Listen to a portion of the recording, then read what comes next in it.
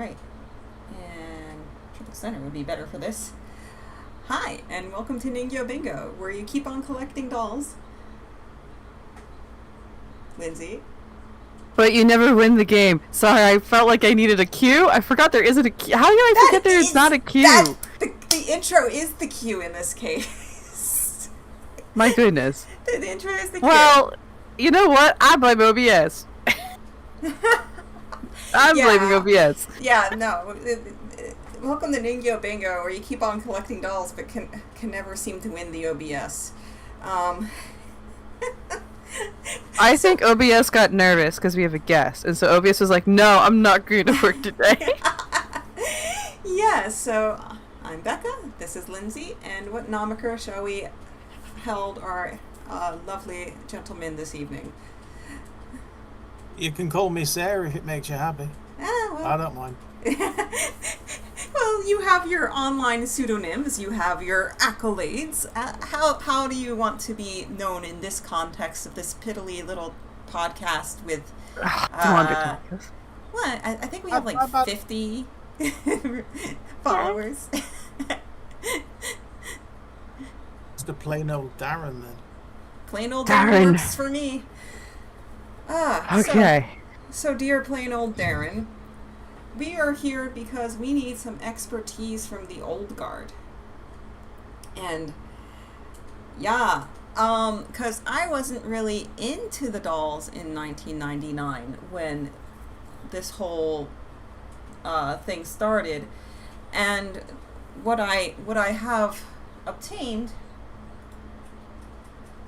She's so cool. Honk. It's a Megu from 1999. Oh.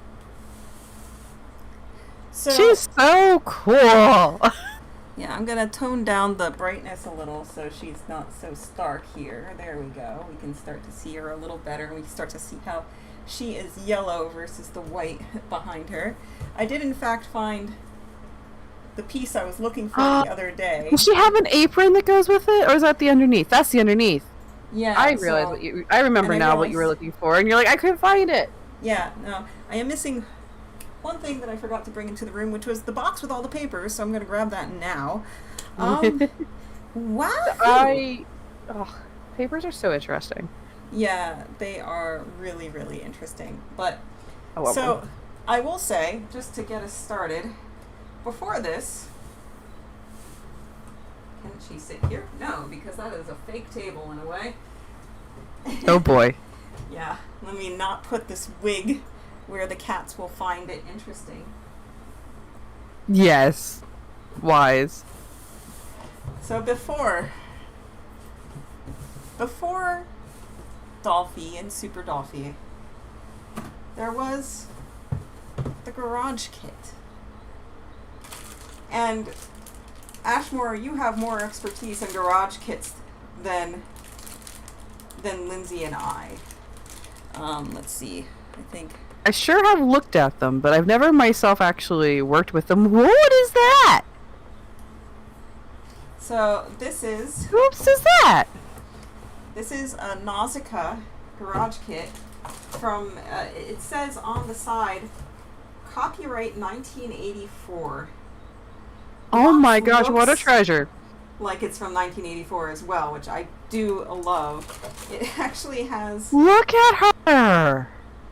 Me something power. Yeah, so... Oh, I'm sure Darren would be able to read that better than I could. If it was of a size.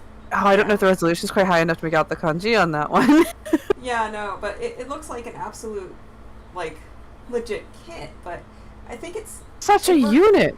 If we're going to talk about how Super Dolphy came into being, we have to briefly brush on the garage kit. And this is where I excuse myself to grab the other box. Oh, that is so cool. I've seen quite a few like modern ones, but this one, Darren, it's you can see how the model making was less precise than it is today, where this 3D printing is like such a big part of model making now, like in the sculpting piece. Silicon molds. Mm-hmm. everything was more backshot, and even the companies that made them, like Scuba, Yeah. like it says, garage kit in someone's back bedroom. And it's not like they had the same access to the more advanced plastics and resins as they've been developing and becoming more accessible to like your average person. So this is like really like you don't even know if they had a pressure pot or something going on. They had to like work around all of these things. Yeah, no, what do they call them?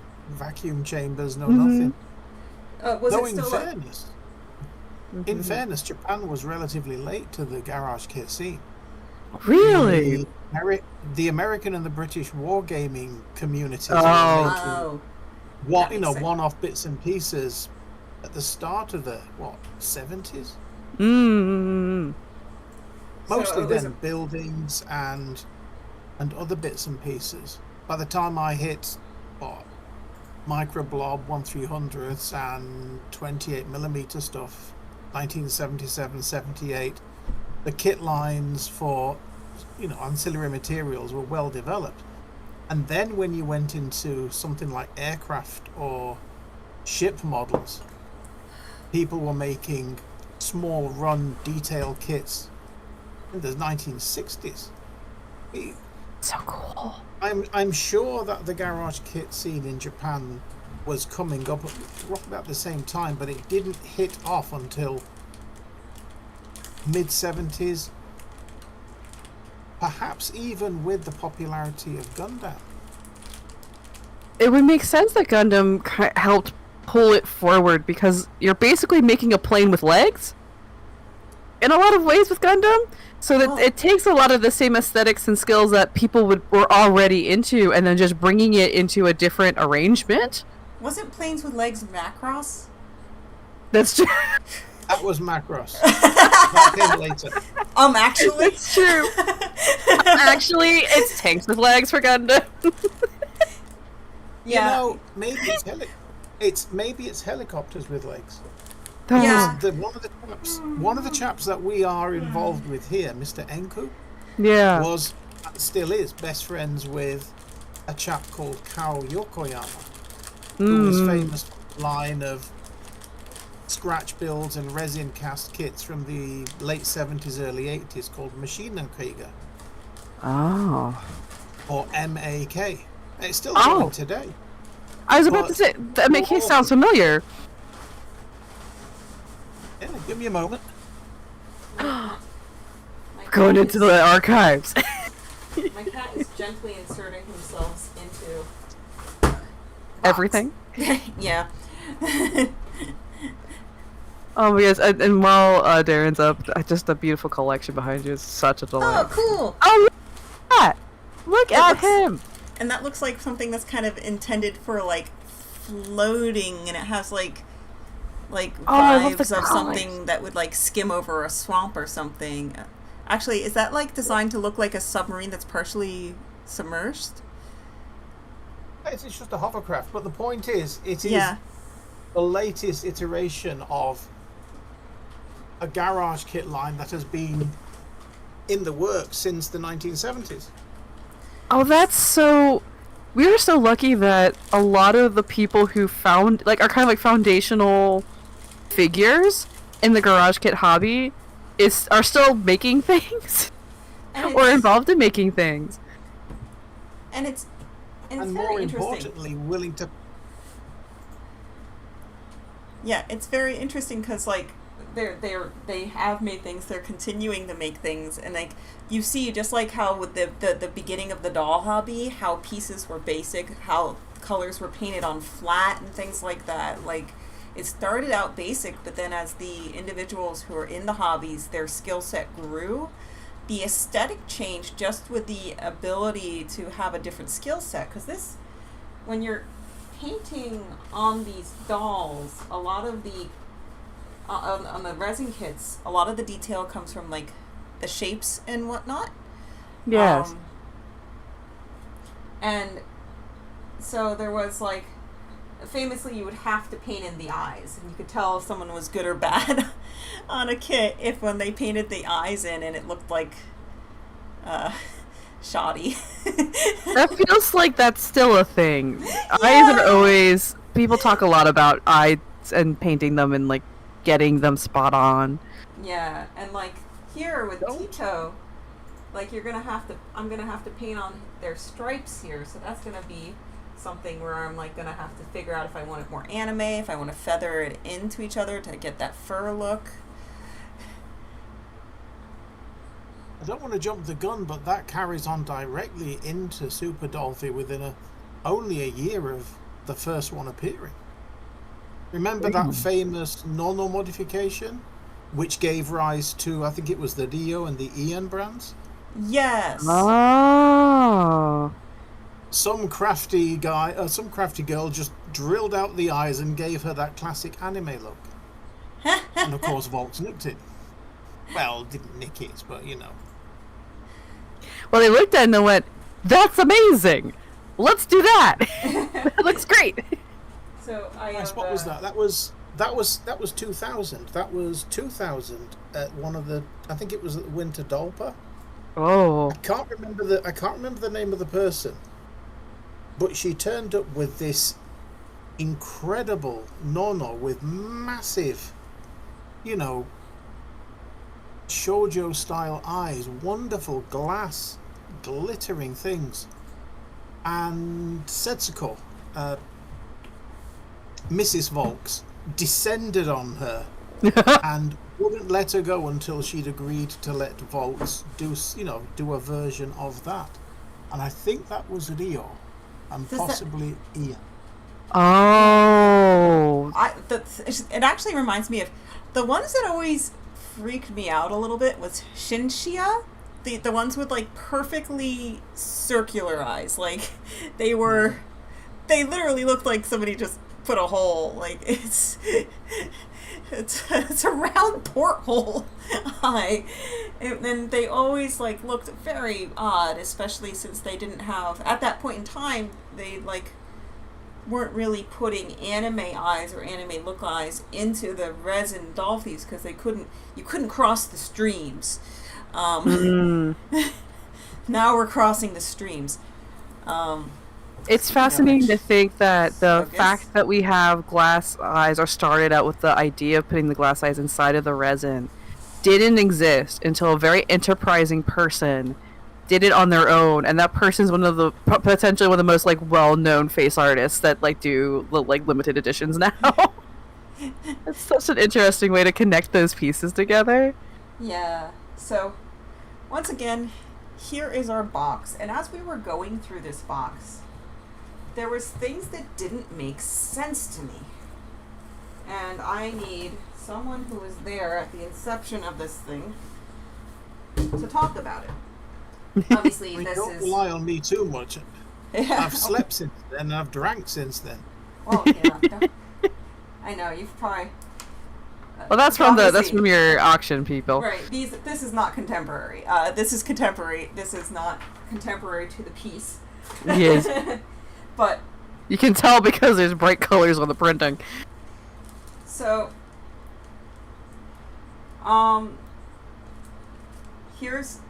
here was some interesting pieces with the wig. So, the wig,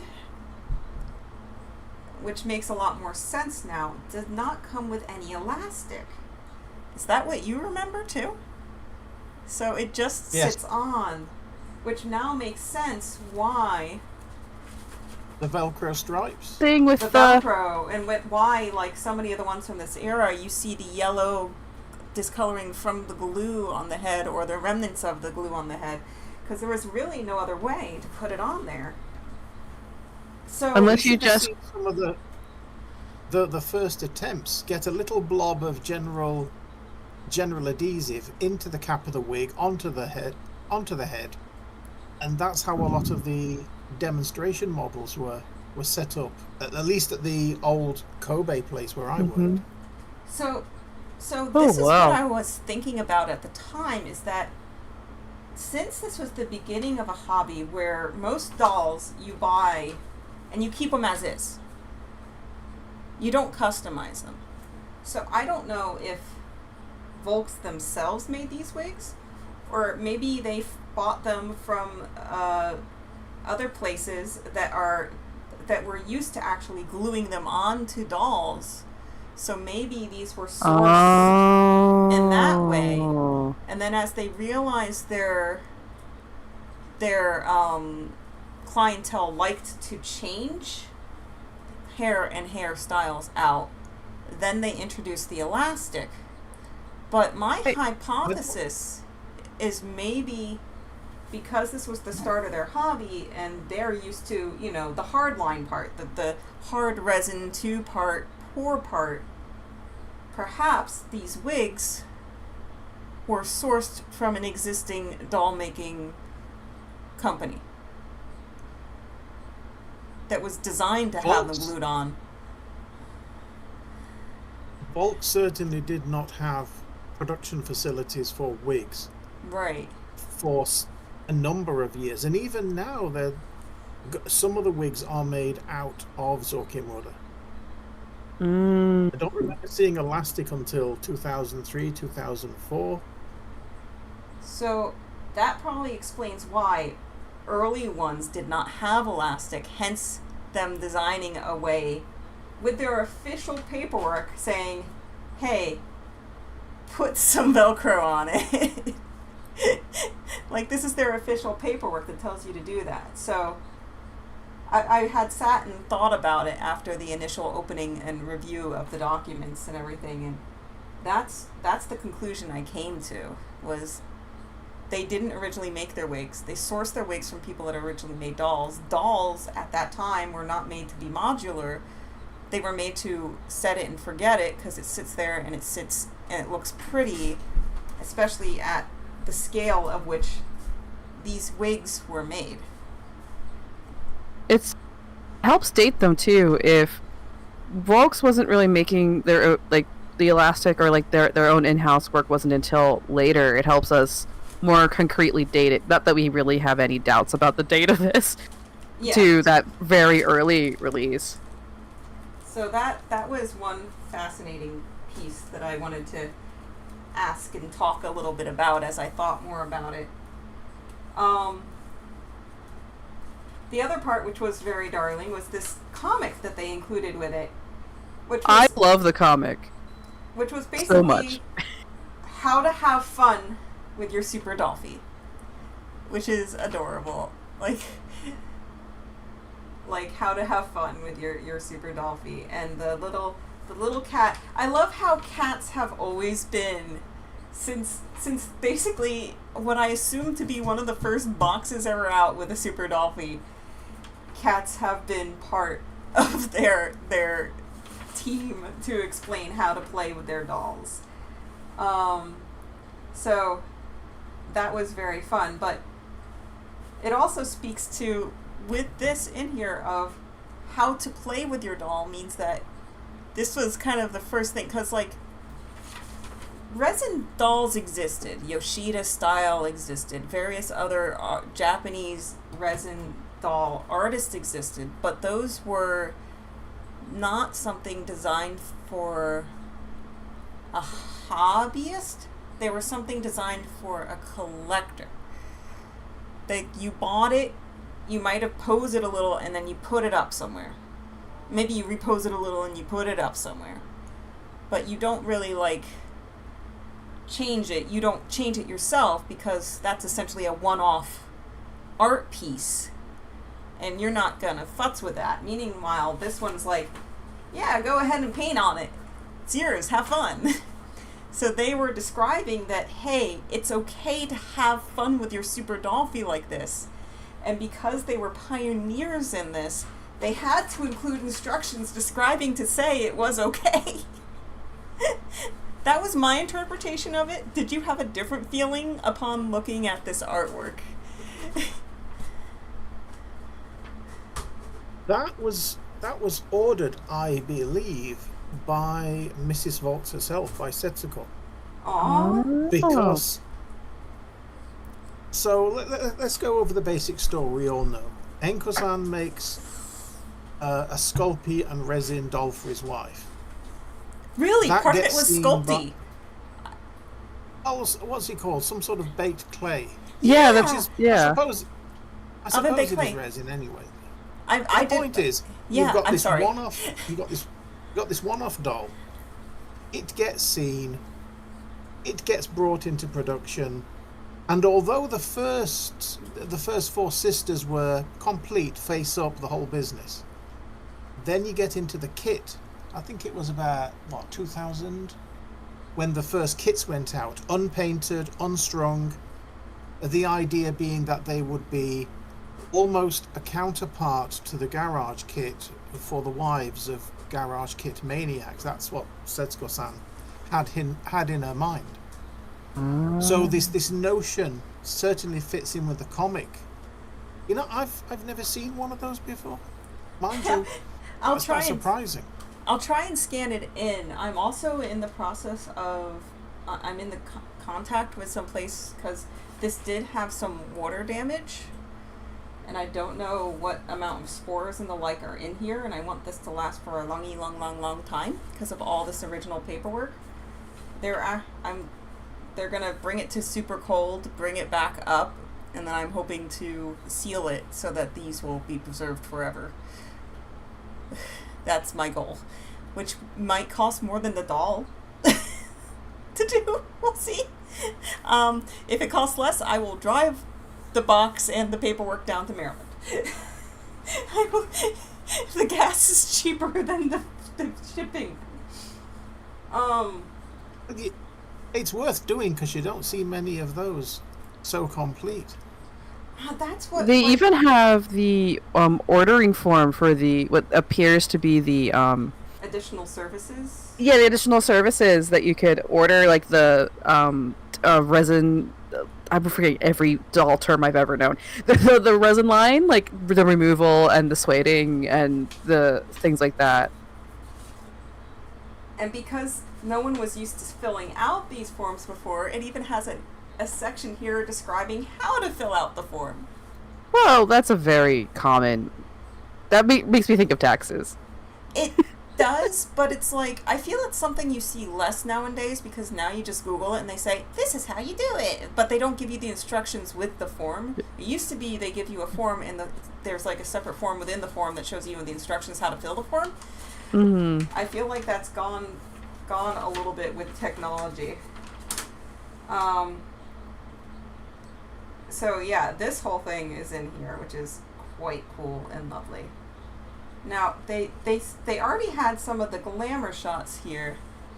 I say glamour shots roughly because a lot of these early photos, despite me having one of the early books describing all the original limited releases and everything, and it having a section in the back telling you how to light a Super Dolphy and everything like that, I don't think at the time, like, obviously you didn't have digital touch-up or anything, so whatever you retrieved from your image was exactly what you had. But in addition, like, you can see the eyes are also very dark in this image, and when you look at the actual image in the book that's color, it's the same way because they weren't really using a photo bounce to get light into the eye, and because of the shape of the head and everything else, it just kind of darkens it up. But you can see their skills with photography evolve over time as well, which is just so cool. Yes, Darren. The first two photographers who went over to work on the doll side had come from the model side. And though they could light planes and they could light dioramas, self-admittedly they had no clue what they were doing for a long time when dealing with people. Because you need to be a portrait photographer, and that's different. It's a different set of skills. It didn't take, well, in fairness, it didn't take long to pick up, but it's so wonderful in hindsight to think that Volks were rather making this up as they went along between, say, 1999 and 2003. And probably with a team of about 10? Or more. If you talk about the people who were borrowed from Zokimura, the plane and the side, you maybe only had 20 people to begin with. Yeah. Because you figure you got the people the that were man doing himself. the photography, the people that were pouring it, the people that were making, like, this artwork, right, and the copy and things like that. So like, yeah, it's so cool. And of course, printing in color was expensive back then. So that's why we have these. And also, this is more of a Japanese standard large size paper and not an American size one, which is also kind of interesting. Because here our next up standard size is 8.5 by 11. Please don't ask me what that is in centimeters. But Japan has what's called A4, and like their standard paper sizes are like numbers, which is always most of interesting. that's just metric. Yeah, it's not across I'm everywhere. used to. So that's probably a big A2 piece that folds down into A4s. So then we have this piece. I can't remember what we read from here, but we have an example of a nicely dressed and nicely photographed four sister. It looks like main member. Oh, this was the part that confused me the most. Oh, the member the member application. Yeah, so it's like join the Super Dolphy fan club. Dolphy fan club no. So like it's like join the Super Dolphy fan club. But if this is one of the first dolls, did they set up the club to like, cause like, okay, 3 steps back. Are there fan clubs for garage kits?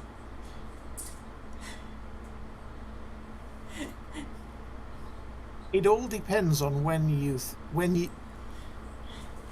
consider Super Dolphy to broken off from Dolphy. After all, there was a Dolphy fan club long before the first SD hit, because people liked the 1/6 scale stuff. Yeah, and that was only around since about 1997 to 1998. So it was around a year to 2 years before we got the Super Dolphy. I'd forgotten. So let's think. September. No, it was February. It was 1999 in February when the first 30. The run of the original Four Sisters was announced, sold. Even then, there was a way to. They called it the Dolphy Collectors at that time, rather than the Super Dolphy. And you didn't have the little lozenge badge at that point, but there was a way to connect up. Dolphy. Paperwork came. And that's true, because this doesn't say Super Dolphy fan club. This just says Dolphy fan club. And it says doll and figure Dolphy. So this artwork, this little kind of... The badge. Yeah. It's maybe the same fan club that had already existed for Dolphy. And I'll tell looking at it, that's barely different from today's logo. Which is interesting. I wish... Especially the way the letters are formed in the Dolphy piece that's exactly how it looks today. I mean, look, you gotta copyright your font, man. Well, it was probably handwritten at that time. I do love that. I doubt that's a font. I do believe a lot of this detailing was already under copyright when Zokimura developed its own lozenge badge for its model brand. And if they had a copyrighted font, they might have borrowed from one for the other. Or is it trademarked? I can never remember what's the... I never know either. I know there's technically it depends differences. On I'm not a lawyer. I'm a doll collector. Not a... Copyright is like I think you can trademark certain arrangements of letters, but you can't copyright them because they're not a fresh idea. But you can copyright an image. But what about you can trademark a phrase? As far as fonts go, I'll look it up in the background just to answer that question. Yeah. So Okay, this makes more sense now because my head was doing like somersaults trying to figure this one out at that point in time when I opened up the box. I was like, I hate to break it to you though, that's not one of the first dolls. I mean, don't take it the wrong way. I know you want it to be one of the first 30. but Sadly, no. no, I imagine so. It's from a 1999 mold, I'm pretty sure. And one of the things I wanted to do before I got into the stream today was crack her open gently, easily with the time of day and everything, but time got away from me. So I'm going to... I have some tools of the trade. Be ever so careful. And by God, we're going to look at some internal markings on this son of a gun. Because We'll we go need to easy. document them. Easy we will go. Gently we will go into this darkness. I mean, we can leave the internal marking looking for another day. I might do it another day just so I don't rush it. Also, I don't want to take up Aaron's time too terribly so. But with the time difference and everything, I want to respect that too. Yes. So Darren is in the AM because Darren is across the pond in Japan proper. Wrong Currently, pond. Across the other bigger pond. I mean, depending on which side of the U.S. you are, you know, there's this pond and there's that pond. All The right? local pond. The hockey pond. So, all right. So then we get. Look at this beautiful. That looks almost Honko, like. In Oh yeah, definitely. With the weight Definitely of it meant and all. to be. And it looks with the way that the you can see the little lines at the side and everything. You can tell this went through a copier, which is just lovely. Also, like here, like there's a wobbliness to the line. So it's either how the fax machine interpreted it, this line, or like they made this image in MS Paint. I am sure that was hand drawn and then scanned at whatever resolution was viable at the time, and then yeah, because like probably the same and then little copied in that manner. artifacting that's happening here is what happened to these lines here, which is just like Depending on the type of printer they were using, especially if it's like large format, the DPI of a printer has improved remarkably too. So even if they were doing it on a home printer, it could be like I have a very similarly designed one behind me. It just has higher resolution. It would be a lot like printing the pixels on an image. So that probably speaks to the machinery they used or how industrial or not it was that they were making their copies from. yeah, but I don't know. There's and once again, like you can tell, like that had something in the back of it that just didn't want to copy well, but.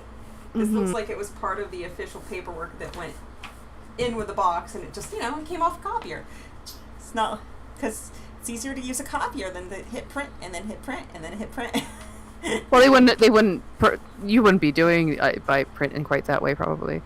Or the scanning itself would have been relatively low TPI in the initial scan, and then it would have been, if it was hand drawn, the scan of it would have had artifacting in it. So if you increase the contrast of something to cut out the midtones, you just want the black and the white, that can often leave behind a pixelated shadow or effect as you're like cutting it out of the midtones that are innate to like a piece of paper.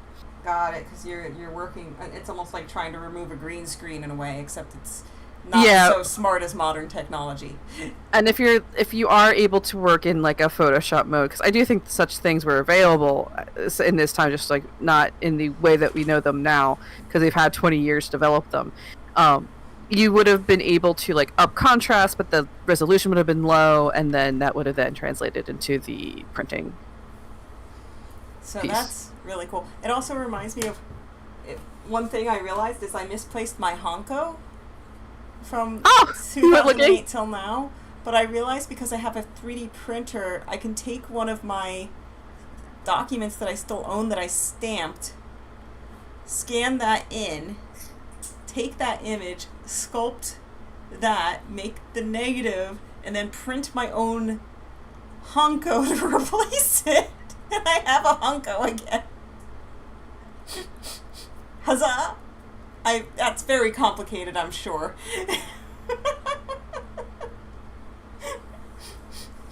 But whatever, desperate times. I have no idea what I did with that Honko. I feel bad about it because it's a really cool like souvenir to bring back from Japan, especially if you're living there for a little while and you have to do some official documents and Oh, I guess we should explain what Honko are for the viewers. They're essentially for in a Japanese context, instead of writing your signature, because kanji that your name is written in makes it weird and difficult, you have a stamp that is a unique stamp to just that stamp itself. So it acts the same as a signature, and usually has your last name in kanji on it. Mine, for example, has my last name on it in katakana because mine's short enough that it all fits on a Honko. Yeah, some foreigners opt to have kanji that phonetically spell it or something that might have meaning that means to them and things like that. But I've seen both for foreigners. At the point in time, 2008, when I was studying abroad and everybody was brought into the room, they're like, "You're getting Honko now," and I'm like, "Yo, okay." I don't know, but it looks cool, so yes. How much is this? Ouch, I didn't plan for that. Okay, cool. I did look out that when I was working abroad, my company paid for them. They were necessary for us to sign our contract, so they gave them to us. Yeah. Huh. That makes sense. And I'm sure Darren also has his own since you live and work abroad. Yeah. The universities make us pay for our own. Oh. Can't believe my little contract company managed to actually do this for us. I'm shocked that they paid for it. Frankly, I'd pay for. Anyway, that's a whole story for another time. It's with the discussion about the print quality. Looking at this piece is very interesting. This is the most well printed one. It's on a totally different grain of paper. It's a smoother grain of paper. Are you noticing something, Darren? That rather helps date this particular doll if that is native to the set. Oh, cool. Ooh. That puts it past 2001. Okay. So, some interesting things. Once again here, the lighting. It's like, aha, we lit the eyes. Aha, we lit the eyes. We sort of lit the eyes. Oh, no. They are fairly deeply set in that face. Yeah, no. When Megu... It's tradition. Megu always has to look like a ghost. She does! I love that that's been, that's just an accepted thing with her. She just looks like a ghost. I always wanted a haunted doll. Not that I want a spirit that's unhappy in my house. Or someone unrestful. No, let me redefine this. Let me try to redefine this a little better. I've always wanted a doll that has an aura that feels like there's an otherworldly presence, whether or not an occupant is in the container or not.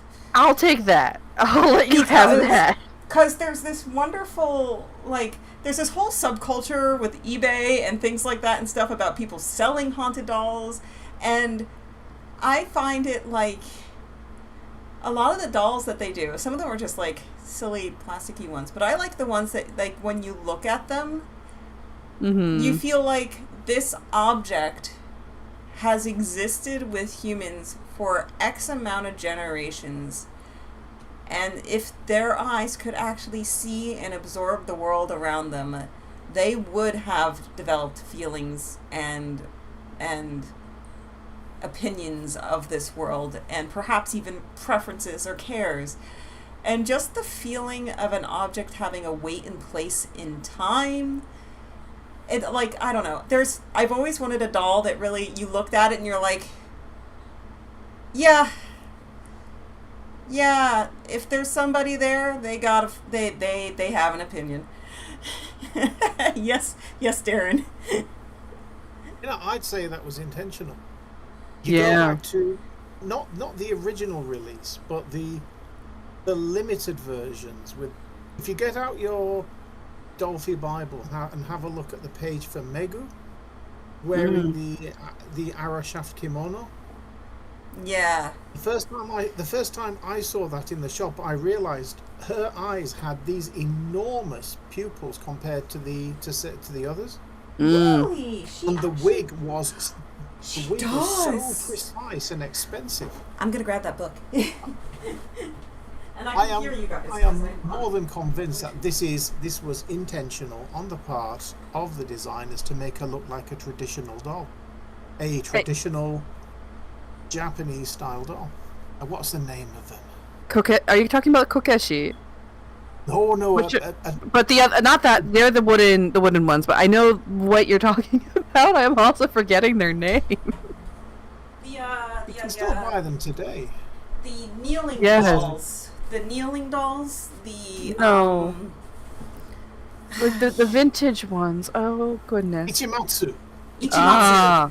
Yeah. Yes. Yeah, no, if you look at a picture of an Ichimatsu doll, which I highly suggest anyone who's like watching or listening to this later do, that is a spot-on replica for what Megu's doing. Including the fact that the eyes are dark and gigantic. Like the eyes themselves, like not the eye well necessarily. Oh my god, like looking directly at one, now that you've mentioned it, Darren, 100%. That wig choice is too spot on. Yeah, and the Absolutely wig choice. Precise. Mm-hmm. How the doll's eyebrows are painted. There's no thick eyelashes for her. So this is interesting. So like this oops, yeah. This one has affixed eyelashes, and even though she's in kimono, once again, blue eyes, painted inner eye wells and things like that. Once again, kimono, bright eyes and everything like that. Then we get, hopefully I don't wiggle this camera too much, then we get into the Megu, and her eyes just drink the light in. Now we do have this one photo down here where her eyes are more well lit, where you can see them, but they're this dark. They're not a dark brown. They're almost the same color as my eye, but without light being directly reflected into it, it just doesn't work. But like, you can see that the bangs are always pulled down so very far that they cover and take out the light from the eye very intentionally. I love here where she's doing a dance, like, and I love how this is pre their stands. This is just a, the kind of German standard stance. So we had a little talk about Ian. Ian was like the proto mini Super Dolphy. Once again, she bangs are up higher. Eyes are bright. The bangs don't protrude as much, so it doesn't cover. She was also a character from, I can't remember if it was a light novel or manga, so it was like a limited release. And she was the kind of, ended up being kind of like the beginning prototype in a way for what Mini Super Dolphy became. But we digress.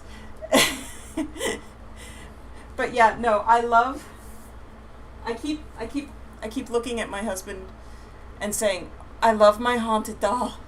She has a look of feeling vintage. It was a manga, Becca, just by the way. I was looking it up. The character's from a manga called Fuguru Makken Raihoki. So it's like the diary of a museum or something similar. I think it had something to do with dolls, that actual manga. I did want to read through it at some point. I wonder if it ever got localized.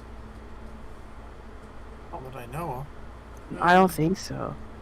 Oh, it's a photo studio, Fuguruma. It's about a gentleman who runs a photo studio, but because he's in this strange town. I found a brief summary. The main character lives in this place called Twilight World, between this world and the next, and spiritual manifestations of real world objects that were forgotten or thrown away inhabit this town. And then he kind of goes into them, and so everything about that and the doll's like a key piece of how he does this. That is so cool. That goes right in with all the everything theme we here. were talking about anyway. Yeah. Small world. So let's look at the rest of this document. So it is mainly care information. I figured with the addresses at the bottom, I could also better date the documents, because as time wore on, Volks opened and closed different locations.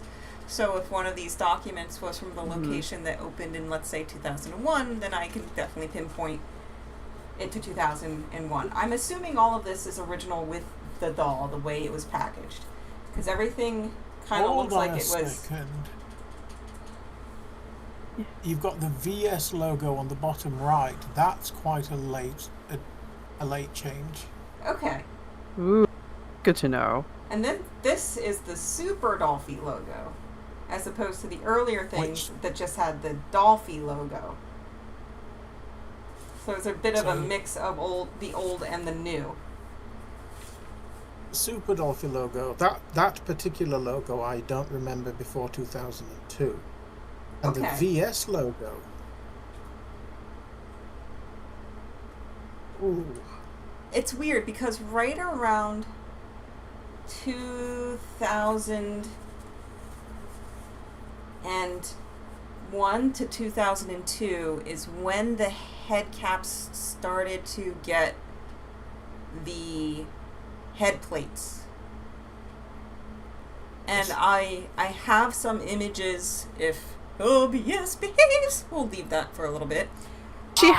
What is her head cap situation?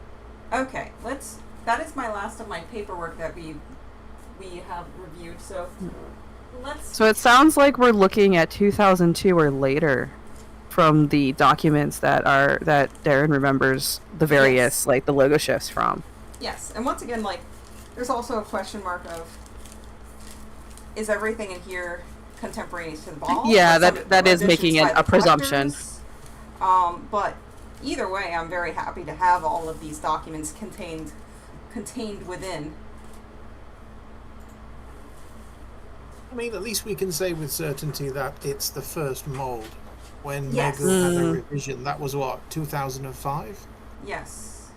So, I think the first revision to Megu to include the head plate might have been 2002 to 2003. Because that's right when they started fighting all the other things. And you mentioned that Was the that VS just logo. This Oh, it's box on the obviously box. is contemporaneous. So we have the Super Dolphy logo here, and then we have the VS logo here. We also have, I would assume, if anything's contemporary to the doll, the box is for certain. The lovely faded box. I love how faded it is. I love its patina. Call me silly, but I love it. And of course we have the address here as well, so that'll help trace down some things too. Once I get into looking to the address.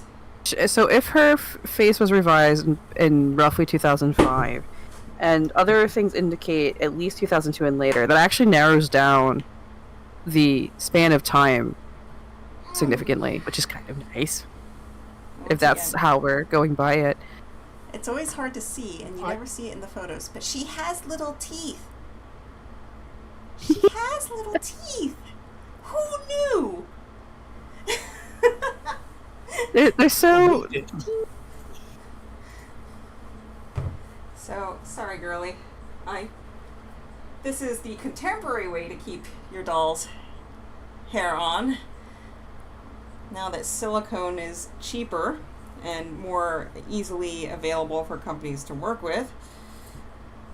Well, cheaper and more expensive all at the same time, because like obviously we use computers so much more, and then it's more in demand for that. So let me do this. What actually needs to be unfastened from the back first, so that we can see her pretty face as I undo her. Her eyes are actually lighting up quite well for me. I know it's like so tiny on screen though. It's fantastic. It's fascinating to watch through the camera, because the camera really is like, those eyes are pits of blackness. I mean, it doesn't help that this is white. Then. Well, there's a high contrast going on, yes, with her, but it's like in thinking that there's an intentionality in her sort of uncanniness that's just really delightful. I do love it. Well, Here's a question I should have asked from the outset. Yeah. Mm. Yeah. In the paperwork, I mean, I know she is what she is now, but in the paperwork, does it make any mention of white skin? Oh. There was one release of the Four Sisters in white skin, and if that's the case, then you've hit a treasure. I saw one of the white skin ones for sale, however, recently, and might still be up for sale. She was either on Mandarake or Dolitaria. It was the old one because I recognized the rounded hip joints. She was pretty, but I didn't understand. But it looked like it was very weird because nothing matched up for her when I was looking at her. Like, the box wasn't an old red. I think it was more of a white color box. And there was a placard card that came with it, but I couldn't read it. And it almost looked more like a full choice service card. And nothing matched up for me mentally. That was special. It was either 50 or 30 for each of the Four Sisters, April 2000, for one of the doll parties. Just a special shot of limited white skin. That was the same day that the Unos was put out. Oh. Yeah, here's this. The Araki dolls. Here's these demons. Cynthia, Misha, they will forever stare into my soul. There's one super But if healthy, the but if to the your white question, skin special release was 2000, with the other pieces we're seeing, it's very unlikely she's from that release. And I think that release came with a kimono, if I'm not mistaken. It was a special limited release. Oh, is that potentially? Well, no. That is one of my favorite traditional kimono patterns, is the fletching arrow feathers ones. Megu, wig, Taking my little notes in the corner. I'm convinced that what you see in the I think this one was Dolphy the Bible is the Megu white skin. I think this one is the Megu white skin. It does show 2 releases, but these both look like white skin to me. Now, she is painted like a white skin one would be. Well, hold on, you can tell by the price. If the price is listed at about 80,000 yen, that was the limited with the kimono for the Dolpa in 2000. Yep, 79,000 yen. And then there's a second one here that is 98,000 yen. And it's saying 2000. And then they changed the date format on me, 2000. So April and December hold on. of 2000 are these 2 separate releases. Goodness, the kimono on that bottom one, though.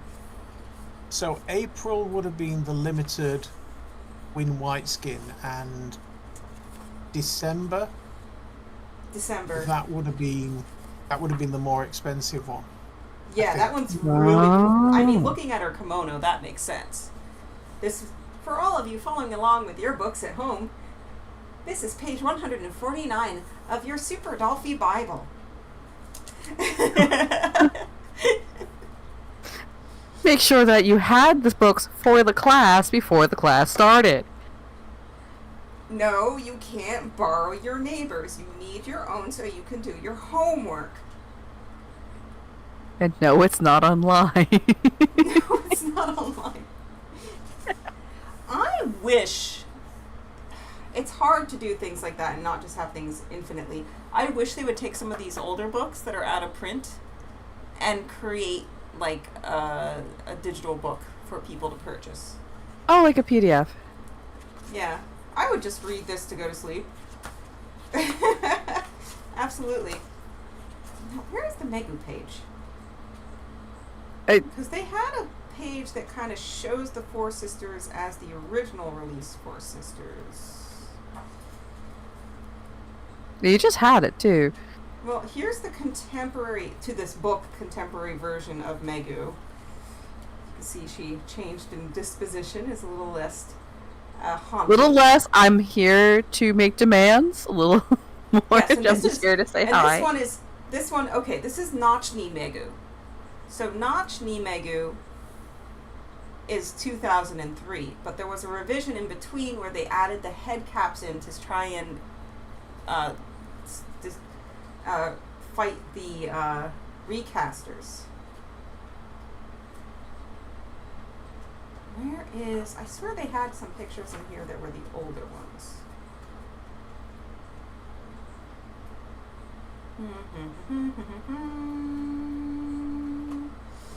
I don't know my book well enough. I haven't read it as much recently. If it's not in here, I have it in a different one, but I'm not going to go too crazy today.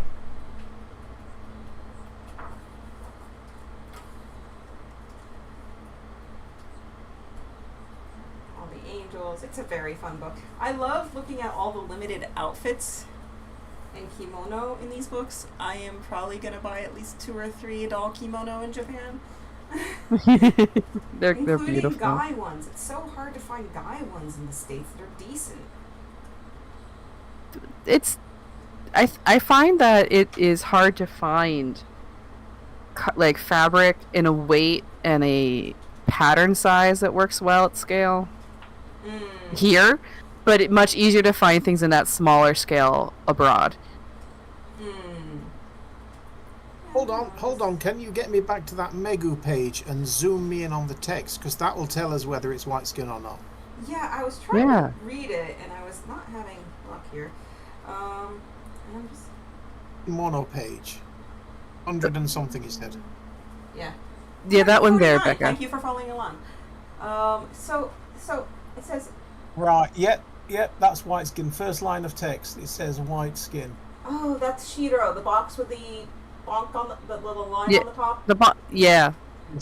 The sun, I should say. The sun with the line on the top. Yeah. And you guys learned a kanji today. Congratulations. Not that we have anyone watching, but we are live. It is working, so huzzah. And it's recorded, which it means that we can review sort of the things that we discuss here, which is very helpful Yeah, for this I'm kind sure of thing. this will help out a different collector at some point in time. Okay. Back. So it sounds like Notch Knees is 2003. Right, Notch Knees. Everything else is sort of dating her 2002 or later, 2001, 2002 later. I'm gonna bet But that's getting a 2000. fairly nice and nicely narrow band of time. Yeah, I wanted one with the original... I wanted one that I could present at a convention as a representation of what it would have looked like to get an original doll. Hmm.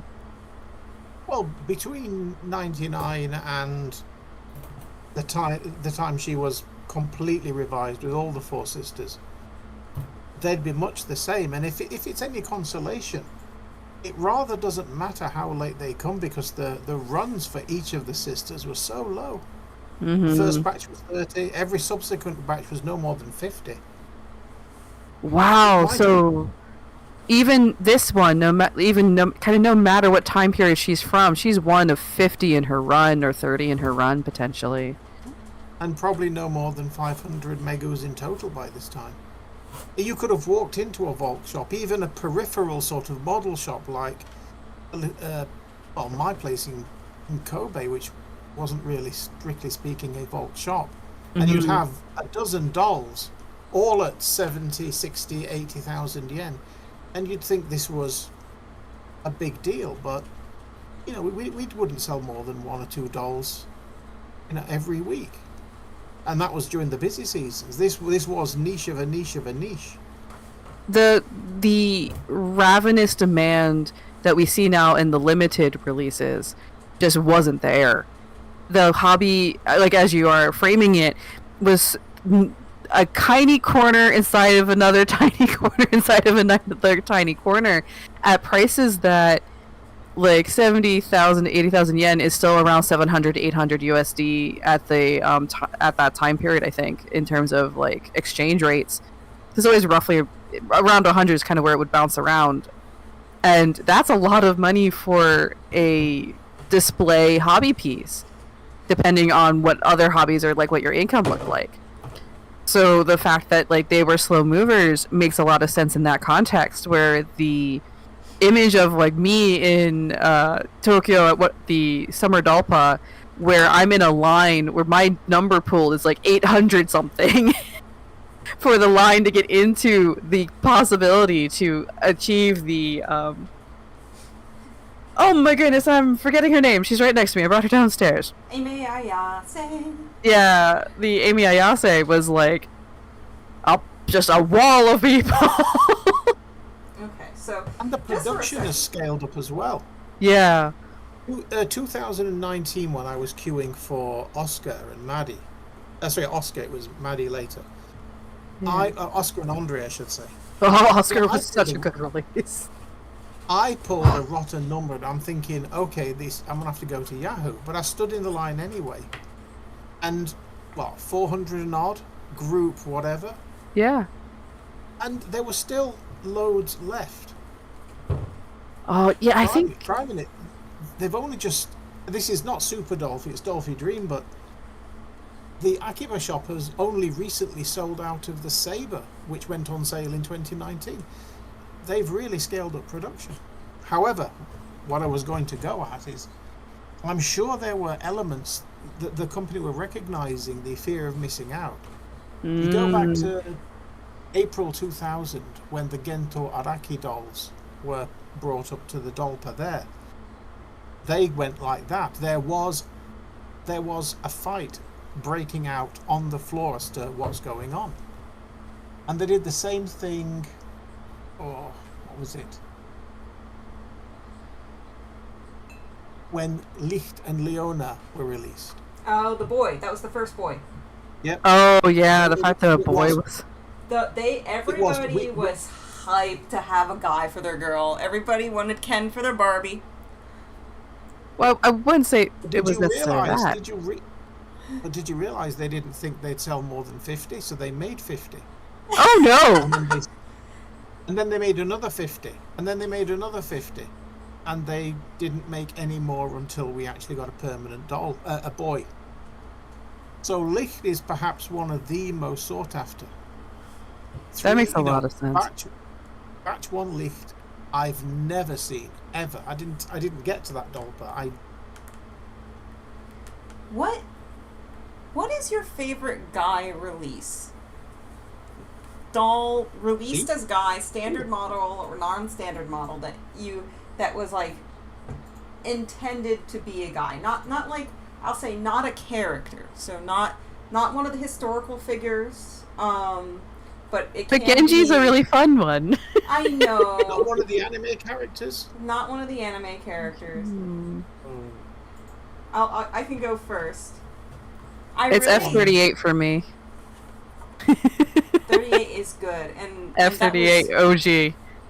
Yeah, and that was like they were starting to bring some of the aspects they had from their limited dolls into them for the more like masculine face. So like there was a higher forward cheekbone that wasn't as a rounded face, and the chin was a little bit more pronounced, as I remember.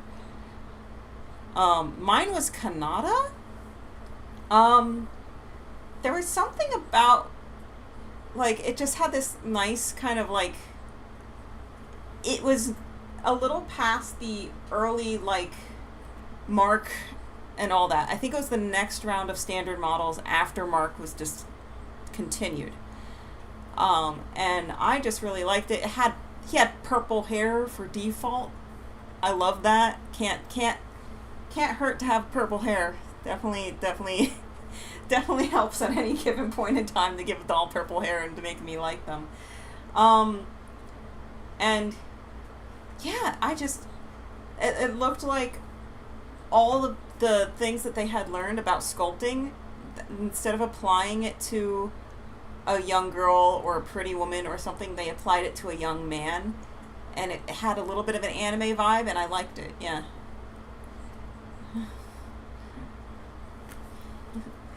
What about you, Darren? Yeah, I don't have one. Mm. The only guys I have are characters. Yeah, and I know you got several of the historical dolls. Yeah. And of those, oh, go ahead. Of those, my favorite is Blackjack. Blackjack's so good. I got to see one of those in person when I was living abroad, and he's gorgeous. I remember when everybody was bonkers for Williams, because Williams was the first male limited release with, like, a longer, more adult-like face. Mm-hmm. But we Didn't they just recently had, like, not a cruise, there's the thing that they do, that's the cruise, that's not a cruise, you're on a boat, but I don't think you go anywhere. Oh, does it not actually leave port? I don't think it does. That's amusing. Not anymore. I mean, back in the day, you circled round and around Tokyo Bay, but these days, I suppose with the cost of harbour permits, it's just simpler to go aboard. It just had one that was all about Williams because they're doing this sort of revival thing because of the anniversaries. And I was seeing pictures out of the event where they had life-size Dolphy statues? Yeah, of I'd never seen them life-size before in that scale. That was a person. But no, I didn't. It wasn't the person. I know the one you're talking about, but these were. I don't think they were people. I think they were just life size. I have to try to find this image. I know they had it on their Instagram. But yeah, that was very, very cool. All right, here she is. Is it time for torture? Doctor, have you scrubbed up? Yeah, actually, genuinely, you might want to wash your hands fresh. You think? I think so. Okay, I'll do a quick wash. Cause like bare hands can be one of the best ways to handle something, but you've been sitting and developing oils again, so I personally would wash your hands. She is very tightly strung, hence I don't usually use these things, but I'm going to this time. Mm-hmm. I usually use a ribbon that I loop around, and then I ease the elastic back through the channels with the ribbon, but I'm worried that with the tension that this thing's at, I feel like they've restrung her, that it's going to actually just take that ribbon and just go pull it right across my skin. So let me do a quick wash. Yeah, we might as well make an attempt. What are you more concerned about? I'm more concerned that parts of it will just disintegrate. There is, but this is why we're doing it on video, so that we can. It sounds silly, but we're taking record. We're taking record by video, and already by me pulling a bit of it out and things like that. Just so you know, Becca, if you are chatting and hoping we can hear you, we can't. She did. She sounded off into the distance there. Oh goodness. So far when she's been handling it, it's been fairly stable, which has been pleasant. So she's pulled a little bit on it. I wonder if she's been restrung in the time period since. She must because have been. She's a little too like fresh feeling in terms of her elastic. So there is pilver in here, And I want her to be able to be displayed and looked at and felt and understood as an object designed to be interacted with at conventions to show people what a 1999 Megu, by 1999 I mean, of course, sculpt is 1999. Darren looks so scared. Becky, you're being very brave. The times I've seen old head caps just separate. Oh, that terrifies me. So Well, with that so in let's mind- do this piece by piece. Before we go after anything with the limbs, you should probably get the head out of the situation so she No, doesn't go anywhere. Actually, Or what are you thinking?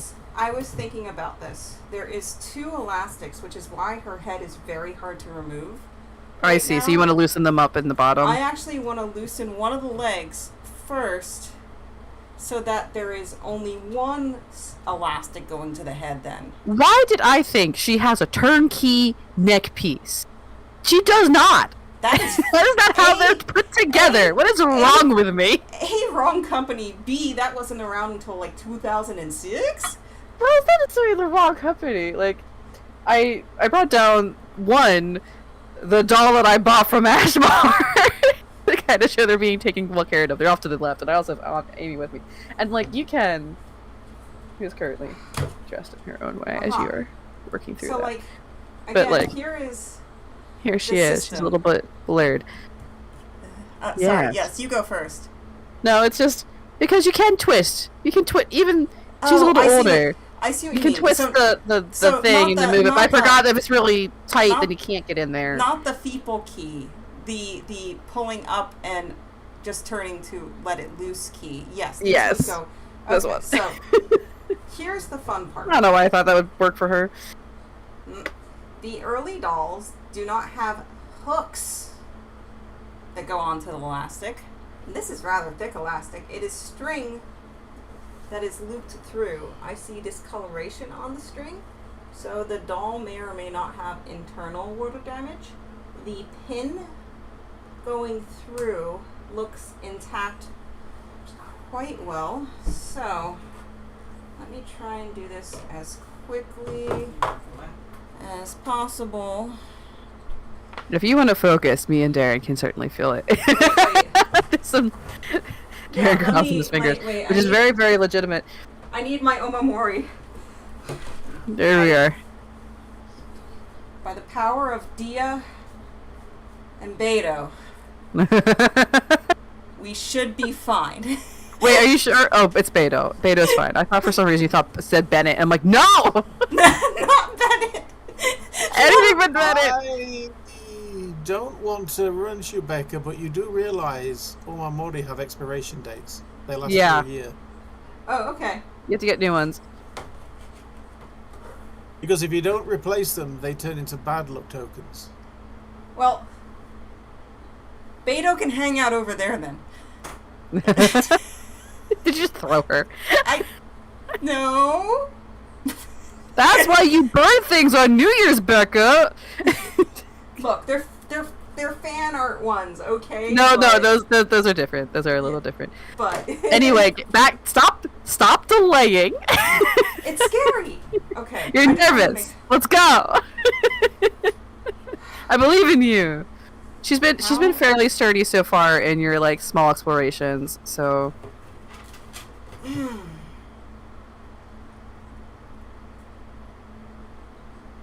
if anyone's wondering, if you're watching, this is why you get forceps when you're in the ball jointed doll hobby.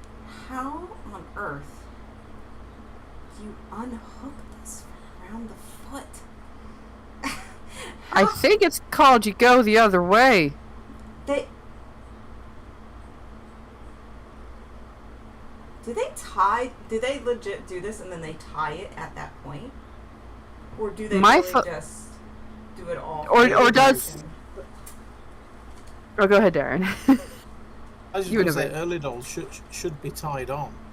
Yeah, so to Oh, undo them, buddy. do you untie this? If you want to get that foot off, you're either going to untie it or cut the string. I don't like either option, frankly. Well, Because Uh, we've already run into a problem. Well, if she's going to act as a object... Better not meddle, Becca, if you're not certain. That knot's very tight. It becomes a question of provenance of object versus potential, like, discovery. I know. And it might be easier or better to look through the larger gaps instead of trying to undo a piece that is hard to redo. Yeah, so this piece looks like it was glued originally and came Oh, you're off. You're off the screen at the moment. So if you go a little higher, thank you. So these look like they were glued originally and they became unglued. These ones, I did find internal markings in them previously in a separate doll, but in this one, I do not see that. Mm-hmm. And yeah, I don't think you'd necessarily learn more than you are now with the string out of the way. then let me see. Flashlight.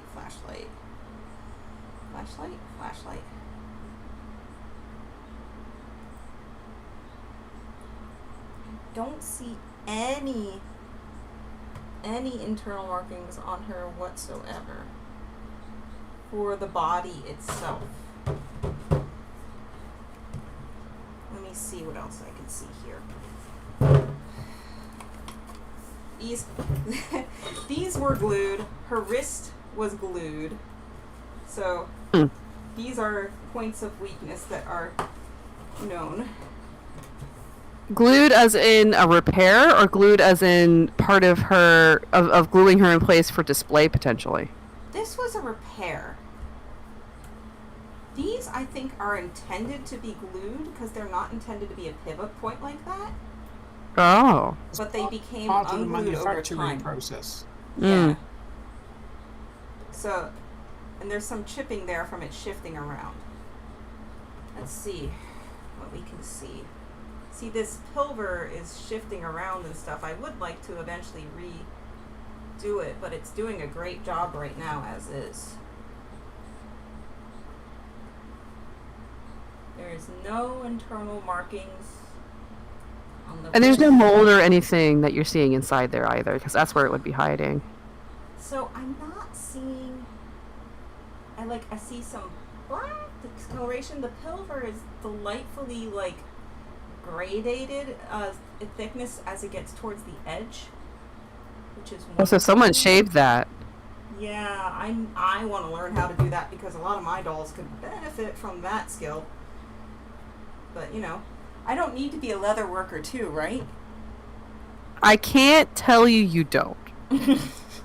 What crafting skill does not go into the doll hobby? None of them. Does you've checked her wrists? Have you checked her elbows? Elbows.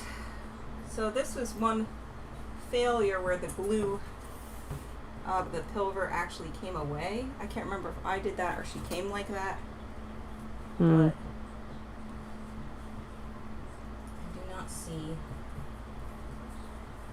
Yeah, with the lack of markings and or signs of damage in the interior channels, I think Darren might have it. That meddling with her stringing, if it's not necessary, might be less helpful. But I at least... So here's the problem. I at least want to get pictures of the internal markings of her head. Oh, is this the error when it hooks up into the head cap? Yes. I think that might be the one that's easiest to access in terms of removal because it isn't tied in some way. Well, let's see. If I go like this... If you can shorten the distance that the and I go like that, it releases a bit of the tension on these elastic. So then maybe... If you can make the shortest distance between the elastic and its endpoint to get some amount of slack, you might be able to open her head in a way that is safe for her. Okay, I think I can make this happen. Owie, owie, owie, owie. You need a very, a piece of cardboard almost to wedge in there, something that wouldn't harm her but would create space. I'm just like trying to. I guess I will just grab in and hook and gracefully Profit? drop down. Yeah. Mm-hmm.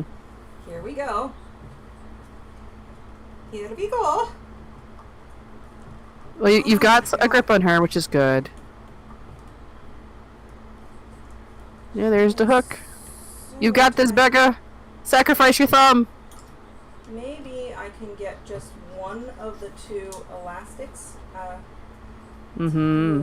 out of the two onto the hook. This is as awful as it probably is to deal with all that tension, which is the magic of how the ball jointed doll system works. Yeah. I think that's better than trying to untie. Yeah. Come on, go If a you can little manage further it. so you can hook in. Yes. I have successfully hooked one of the two elastics. All right. I am lifting it up. I feel like this is another indication that she's a later one because the resin is putting up with this. Come on. Come on. Which is to our benefit in this moment. Come on, girl. Get over the hook. Over. I believe in you. God damn, I see why they fixed this model. It was sturdy, but it wasn't great for everything else. Okay. The smartest thing they ever did was taking the tension off of the head cap. Yes, which is probably That was what such I- a failure point also, because there's a resin piece that a lot of tension's holding on to, and that's a shearing force that they don't like. So here's a fun question. Now that I've released that one, that hook is now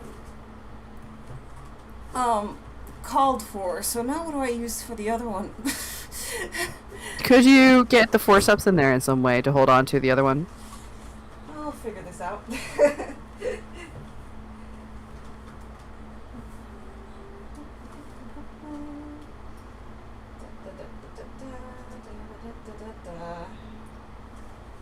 I just want really clear pictures of your internal head. Please allow me this, Miss Megu. I'm sorry I'm doing this to you live on video. I love you, don't believe I don't. It's okay, you're gonna do great. I just need to see what your internal date. Okay, that's something.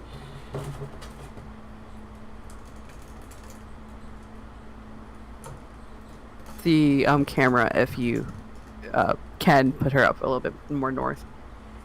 But you may not for your angles for the tension. Just wanted you to know, since I know you're focusing what you're doing. Yeah, so You're using a twist die. kind of. It's like one of the ones that comes with like things like that. So I created a loop through the loop Mm-hmm. so that I may.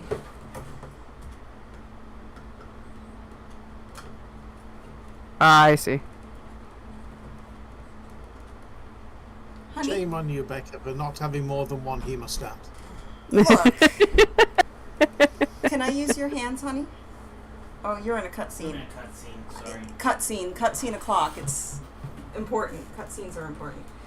Especially if it's the recent release of Final Fantasy XIV. It is. Well, then that's understandable. I have released. The head cap is attacked! Let the Yay! elastic fly. Oh, I know, right? Is she hot glued? Is her eyes hot glued? They are. I'm pretty sure they are. Yes. No, Oh, they look are- at those eyes. They're so deep. They're tacked in, and they are glass through and through. No, it looks like there's a cap, but it's weird because the back looks like a glass, but it has a glass shape. So, We can see nothing, just so you know. I'm sorry. If the eyes are original, they should be resin. That's Oh, kind of what they're. They look looking- they look like later glass. yeah. And if it was the original, they've always hot glued. They've pretty consistently hot glued the eyes in, Darren. But We used putty, hot glue, blue tack. Oh, I'm having a moment of just... You can see the thumbprints of the original owner. Oh, that's really lovely. You can see the thumbprints of the original owner. I'm crying. Well, now you can't touch them. I mean, the eyes are perfect, so I'm fine with that. So Yeah. But that is information that it's glass eyes as opposed to the it's resin weird though because base. I see a half mold in the front and then it stops and then let me take a picture. They sort of have this like interesting bulbous shape to them. Let me see if this helps you guys out at all.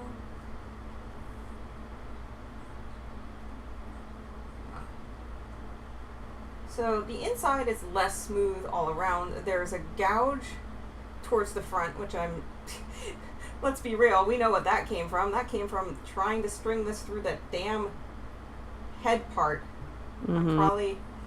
I would like to invest in one of the post-whatever pieces where they had the tension not on the head cap for things. I'd also Something where you like can move this- it down off the head cap. Yeah, I'd also like to make her a little less strong. Strong. Yeah. You know, we'll get there. We'll get there.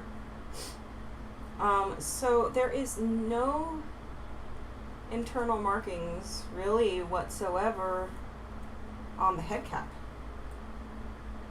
On the head itself. So let me just... There really shouldn't be anything though. I mean, this is what, FCO1? And that there was no marking on the original. So I don't think until the refresh of the FCO1 there was ever any need for a marking. Right, because it wasn't until the piracy that they needed to fight the piracy.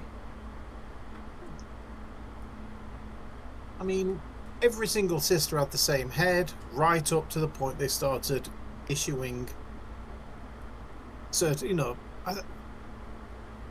the Unos was the first doll that wasn't using the sister head, and that was by the frenemies himself. I always kind of wondered what the relationship was with the Unos creator and Volks, because for a hot minute they were like the only games in town, and they definitely had like a vibe in common. My understanding of the other creator whose name is escaping me because I'm bad at remembering names is that he was more in like the model kit end, because I remember the Unos being sold as just raw kits that you like they weren't sold assembled from what I recall. They were not.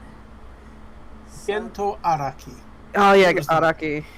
Can you guys see the head cap? He did. Yes. Mm-hmm. I'll put up some photos of this too. If you've got enough pennies, I'd recommend making a little aluminium sheath to go inside that hole. Something. Or buy one of the replacement head caps. Or better yet, as Lindsay said, get one of the external hooks. Even replace the feet and the hands, just so that you have hooks rather than strings holding the tension.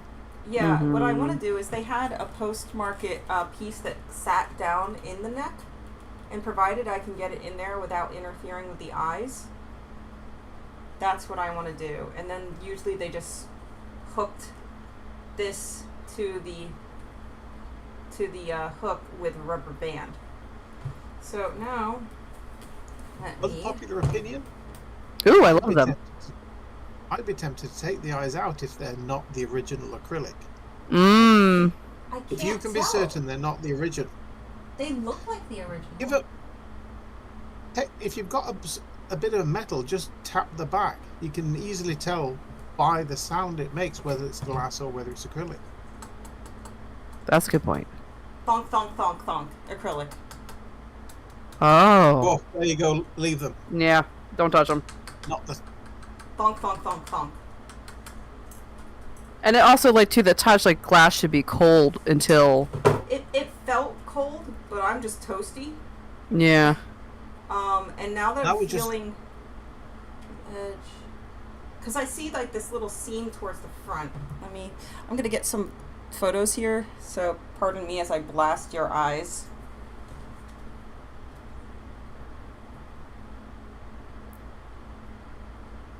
I think I've got so used to seeing the new style eyes that every time I see a tail like that, I think glass, but That's what I was confused Back with, in- because it really mimics the glass. So it's like plastic ones that are for the intention of looking in a higher functionality bracket elevation than they are mimicking the shape of the glass ones. Technically, you don't even need that back on there.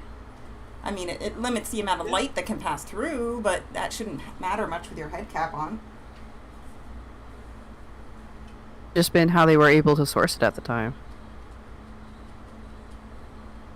Because with the backs on them, they're much easier to apply and to nudge around. I wonder if that was intentional. The shape is a little bit easier to manage, or that it was replicating a glass eye look. For Replicating the German style glass eye, they too had that sort of drop tail That's what I'm thinking coming too. out of the manufacturing process. Mm-hmm. But they are easier to apply. And with the recent eyes, especially for the Dream Choice, they've gone back to something similar, using the foam backer and the little the back of the eye with the handhold, so you can more easily position the eyes before you put everything back in place. Yeah, there's a space for the shallow backed eyes to have room inside of the head to like manipulate all the things that Becca's currently manipulating, for example. But when you're actually putting them into the head and then trying to nudge them so that they have like a natural meeting, like that natural gaze to them, it's really hard to be very specific with them. Okay, I've taken both video Unless and you are photographs. Now I get to reassemble. Well, at least you didn't disassemble her as far as you were fearing you might. Yeah, I mean, really, upon Oh. realizing that there was no internal markings to be found, it's like, Yeah. why go through the trouble? Before you go undoing what you have undone, can you peer into her body at all to make sure that her internal chest cavity doesn't have any secret surprises of the water damaged kind? The only way I'd be able to do that is going through her arms. Okay. This arm has a knot, and it's very tightly strung. I mean, if it's impossible, it's impossible. It looks from all the other pieces that she's not hiding anything in that way. No, I don't think so. This one I can look in a little bit. The largest openings to here would be the from hips. From the hips. Yeah. So let me. I didn't think So I'd far, be- she seems like she experienced water, but was thoroughly dried out. Like, even the paperwork and the other pieces are thoroughly dried out. So Yeah, she's probably fine, and I wouldn't want to Yes. put more strain on the edges of the resin. So now, How do I go backwards?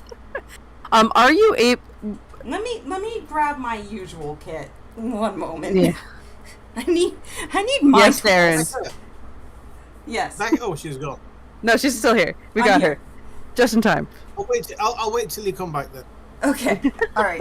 I'll be able to hear you because Bluetooth, but We can't hear you, Fair enough. unfortunately. you can't. I say bring her to Japan in October. Ooh. Right? Hear me out here. It's room in the suitcases, but if you bring her to Japan and pop down either to Tenshin Osato or to Mmm. the Harajuku window, they will maintain her for you, and they will be happy to see one of the original girls. I was about to say, if you were able to bring it to the Kyoto Sato, I think they'd probably lose their minds. Maybe not lose their minds, but would be like, whoa! Especially in the hands of like, from abroad. Servicing doesn't cost a lot. even if you're not a VIS member. And a basic clean, no face up, checking, restringing, whatever. It's a good excuse to book to go to Tenchi no Sato. So here's my problem with that. Some of the services are available to global members and some of them are not. Only the services that can be done within like a day-ish are available to global members. So I have to see which then ones. I go with you. That's true. It's not like it's not like these as you have. can see, I'm no longer wheelchair bound. Oh, that's great news. I'm glad to hear that in general. You know, I thought you would have spotted that with me getting up and down all the time. I mean, look, it's not. You didn't make yourself excessively visible during that period. It was only during conversations where we were discussing going to and fro locations where it was coming up. So, yeah. Everyone's different, disabled. Yeah. Has different ability also, at different times of the morning or day. And also, yeah, that's another thing. Getting up and down to do a few things versus, you know, being mobile I'm for glad a larger to hear part of a day. It can be different for wheelchair or no wheelchair as well. Well, I'm glad to hear it regardless. Thank you. But I do need an excuse to go down to Kyoto again. We are going to go I'd like to Tenchi no Sato. 100%. I might actually even attempt to buy one of the reclaimed dolls there or the coordinate models if there's any available. There's always something available. And that would be very cool. Guess what is available to global members? The quartz? Lemons? The welcoming ceremony is. Oh. So that's that'll be very pretty during that time of year too, because I'll have the fall themed one. And that's or you might get the Halloween themed one. That'd be fun. That'd be spooky. I'd be into it. Bring Megu for a welcoming ceremony would be actually kind of a full circle. So usually I just do one loop. I'm doing two. Another unpopular opinion, Becca. Yeah. Apart from the fact that Sato has a very nice garden, services at Harajuku, in my opinion, are better. Okay. Ooh. Especially when it comes to the availability of reclaimed dolls, second-hand stuff. There's a lot of traffic through there. We're seeing a lot of dolls on sale. Like they had, when I was like, because I'm like this, I'm going to go to Harajuku, not for Harajuku, I'm going to stop by Sato, then go into the Meiji Park, and then I'm going to go to Yoyogi, and then I'm going to go home. Don't move the eye. And they always had a lot available that was really interesting in the Shinjuku Harajuku store. Yes, this should work. I miss wandering around. My lovely, could I borrow your hands? Yeah. Thank you, lovey. Mind you, Lindsay, if it's services, you'd get a better deal from Akihabara. I know. But because the staff there know me. Yes. Oh. So I need you to pull up about this far on that. That's not a nothing to have, because about Japan right. is the land of I know a guy who knows a guy. Yeah. A lot can happen if you know a guy who knows a guy. Come on, go over it. I discovered as Becca's working on this, I discovered very quickly through the coworkers I made who had been there for much longer than I would, and from the various teachers I became friends with. If something needed to happen, if you know a person, suddenly it was very aggressively happening.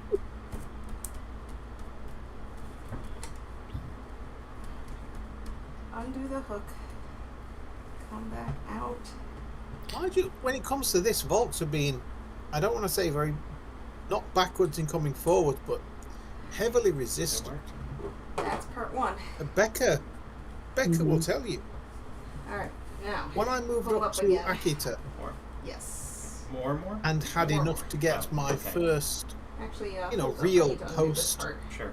post-employment By hold up, you mean full stop choice pulling? system, No, it's okay, you're fine. Okay. went down to Sendai, which was the nearest, and was absolutely denied. Got my employment card out, got my residence card, Mm-hmm. and it Okay. absolutely Give it a go. blanketed me. Yep. Because at that point, it wasn't enough to Right have about there.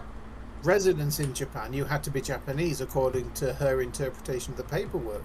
Oh. You know, I got an apology later, but Okay, let up. it was odd.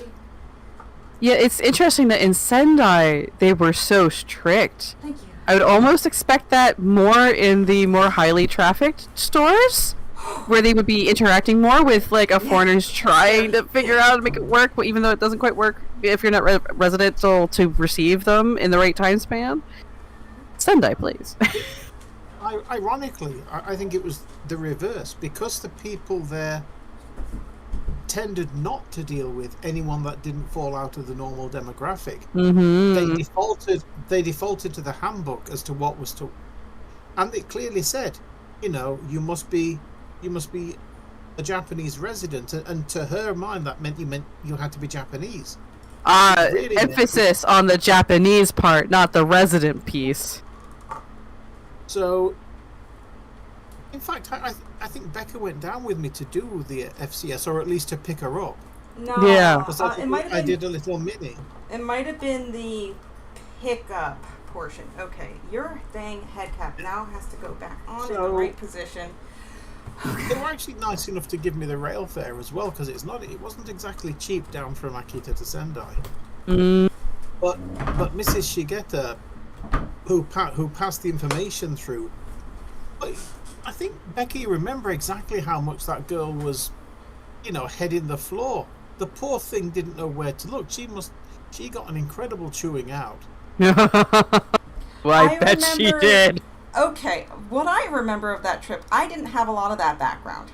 It was, hey Becca, do you want to go to Sendai with me? We're gonna go and look at another Volk store. And I said, why yes, they are currently in their X-year anniversary, and I have a stamp rally sheet that I want to fill out all the Volk stores that I can while I'm in this 4-month study abroad trip in Japan. Thereby I go. I had already ordered my Maya during Golden Week, so it was post Golden Week when I had already gotten her. Ashmore noted that I hadn't received a pin that he thought was a standard order sort of item that came with it at that point in time. So I brought Maya with me. When I brought her with me, we took pictures there, and Ashmore asked as polite as he could, he said, this student ordered a doll and they didn't come with the pin. Could she have a pin? And they politely described, well, pins are actually not standard order. It's just something kind of we do here at Sendai. But absolutely you could have a pin. I love the now knowing from Darren the actual background of how you're likely talking to someone who's deep in the hole about having been not polite, like having misstepped badly. If Darren's asking, she is not saying no. So that is the story from the other set of eyes that were there at that point in time. She's like, yes, sir. Understood, sir. So yes, Oh, Well, be fair to the girl.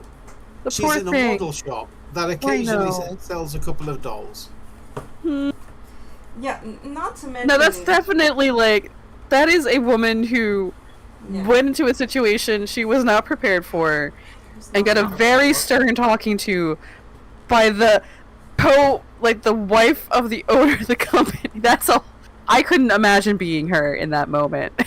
I mean, this piece here aside, I see no internal markings there. Let me get my flashlight happening. Ow, don't pinch me. Ow, ow. I'm sorry. Okay, I know I was mean to you today. I'll be nicer. She's from now fighting on. back. I mean, Mega's like, how dare you? how dare. How dare? What is nice that we have discovered so far is everything seems consistent with her to be a legitimate piece from the rough time period that we are eyeballing, from that first original mold, it sounds like, from the lack of detail inside of the head. It's very... She has, perhaps, her eyes are likely original because of the acrylic, and who knows if the string is original to her, though the elastic likely isn't being in such good condition. Can I get this angle right so I can and the plovers applied so nicely. I wonder if that too is probably original to her purchase or to the Sato Kairi services she may have. Well, she never. I don't know if they So having the paperwork. I don't know. I don't think she would be FCS because she is. I think she's pre-FCS. Mm-hmm. When did FCS even start? Here's a question I had. So she didn't come with one of these. Did the original Four Sisters original release and subsequent releases come with these? No slips, no slips, no underwear, no nothing. Okay, that explains it. Because when they are displayed in those books, they're displayed without it. I swear there's images in this book somewhere of them just sitting, the original dolls. Well, Professor, I don't have my copy, so I can't help you look. Well, I forgot to buy it for the course. you forgot to buy it from the course. It was available at the bookshop, and I sent the syllabus. I know it was available at the bookshop ahead of on the time. syllabus about 15 years ago, and I forgot. Also, this lovely insert in here that came with the book. Oh, it's talking about Tenshi no Sumika opening. In LA. Oh, Oh, that's right, the LA store. R.I.P. Attention! What miss- is Super Dolphy, SD question mark? A Super Dolphy or SD is a polyurethane resin-made ball-jointed doll that is planned, developed, and delivered to all doll fans in the world by Volks Inc. in Japan. Beware of imitations! Exclamation mark. It's interesting how it calls out the, like, beware of imitators. Yeah, They're that's- talking about the... That's on the copies. little blue strip on the bottom. Opening, Mhm. Volks is opening Tenchi no Sumika Angel's Nest in Los Angeles, California in October of 2005. Not only Super Dolphy, but Super Dolphy Full Choice System is available. Regrettably, that is one stamp I never received. Never quite made it to California, just flew over it. Yeah, it's not this book. It's got to be one of my other ones. It's neat that this has images of the Notch Me, though. But, see, they have these ones, but these are the SD13 ones. I gotta be mixing up my books. So these, by the time It might these be. ones It are might be a released, different one. I think the 2000 release is when they started to come with the slips then. Because they were displaying them with the slips. That doesn't necessarily mean they came with them. Um, That could have also been part of a limited situation. I don't know. Because most of these don't forget, dolls... up until, what, end of 2000? Mm-hmm. You were really getting these made to order. Mm-hmm. At least the standard dolls.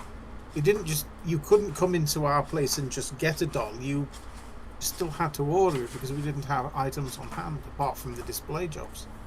Mm-hmm. But they did pick up. Now, when was FCS started? That's a good question. You can find out by looking at a Look certain at website. Angel Den. Yeah. Yeah, I know. Yeah, it's almost like I programmed the whole website. I know it still pops up. I didn't change it from HTTP to HTTPS yet. I'm sorry. I haven't gotten there. It's on my list of things to do. You better do it because I don't do HTTP anymore. Okay. It makes it a lot easier to if you make a database, then you can not hard code every page, which is a pain. I mean, I mostly did that, but here's the problem: is that each head sculpt has a page. Each head sculpt has a page. Each list. So you can do that. You can do that as part of a database situation. Because then you can make a spreadsheet with links in it, and then do it that way. But that's not a pretty website. No, I mean that in the background, and then you use CSS to create a standard layout, and then you use PHP to automatically create the pages for you as it dynamically pulls the information. Huh. Okay. This is a conversation for later. But it's I'm trying to piece back find on together. our I'll put on her Neo there. Angel Den the FCS situation. Yeah, I think I had history of FCS there, and as one of the things on the side, and it shows some of the heads before that point in time, and it also tells the year at which FCS started.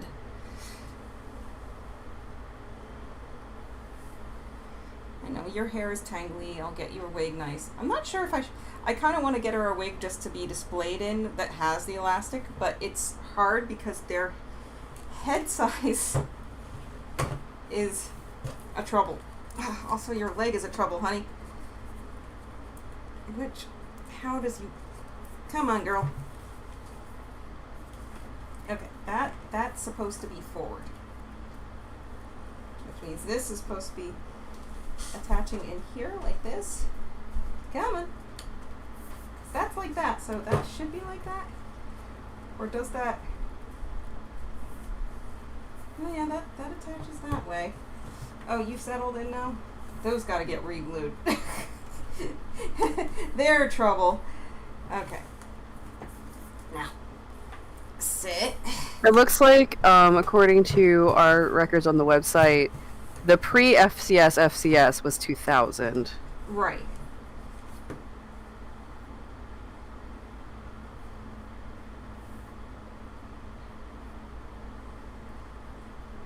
That would line up.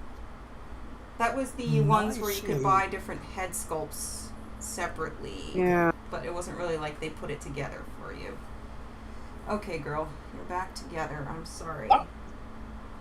That would line up nicely with the kits, you know, the unassembled, unstrung, unpainted stuff going on sale August to December. Mm-hmm. I have a PowerPoint that tells me this. Okay.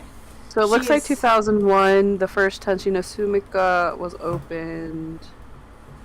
So 2001 seems to be our record of when FCS first started really happening. Okay, that sounds about right, because I think it was with the opening of Asumika that it occurred. What I remember. That's what that's what we have written. Oh, cool, great. Give me a moment. I'll see what I've got in my pay stubs. Well, seriously. No, I mean that is exactly the way to do it. You look for the historical records. Payment. Historical record, yeah. Here we go. What? December the 9th, 2001. The hell that works? It's the SD13 launch event. And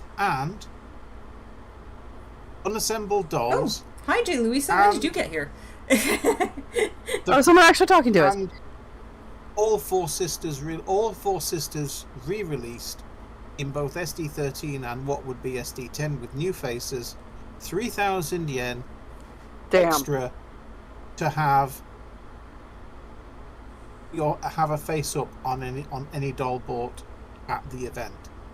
So we've got pre-FCS 2000 and a one-off FCS in December 2001, and then by the time Licht and Leona are released, you're starting to see a service popping up at Tenshin Osato. Yeah, let me see if I can get into my PowerPoint here. So a lot of this is like right about the time that we're seeing signs of when our girl here was released. Super. Hi, Louisa. We've been doing science.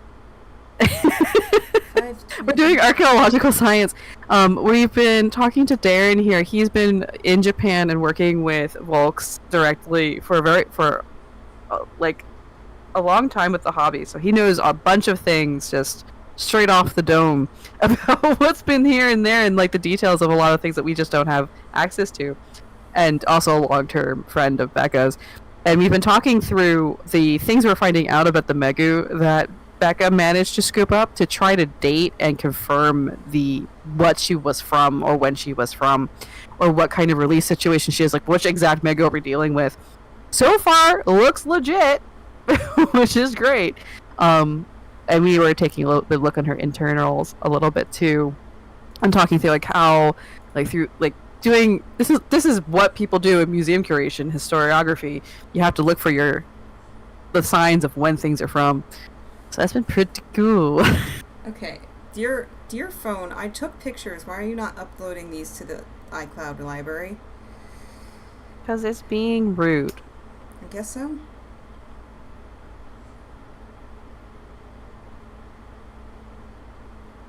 I know it's around 11:30 p.m. our time. Are you doing okay on time on your end, Darren? We've pretty much taken your morning. The morning's gone. But in fairness, I'm rather happy to be here because everyone else is involved with the insanity stateside at the moment. Ah, yes. Yes. If I can steer clear of that, I will be content. Well, we can definitely give you a puzzle. Hold on. Mm-hmm. Come on. Chicochi. No, Her Majesty does not want to appear on camera. Well, that's But fair. at the moment, she's content. She doesn't. I'm not getting the side eye. The moment I get the side eye, that will be, we've done enough. It's time to go shopping. Yeah. Okay, why? Dear these photos, you need to update to iCloud. How to update? Oh, syncing paused for 10 items. Sync now. Resume syncing. Aha! Oh no. Yes, just sync those 10 items. Thank you. Whew. Does everybody have water? You all good? Yep. All set.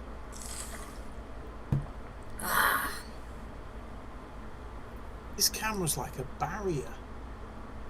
She's trapped in the corner of the room. She dare not pass in front of... Oh. Go on. Hold on a second. That is fair. During our intermission. Right. She's escaped and normal service has been resumed. This is fine. Okay, so let me let's see, I should have my sources. I should be able to now take the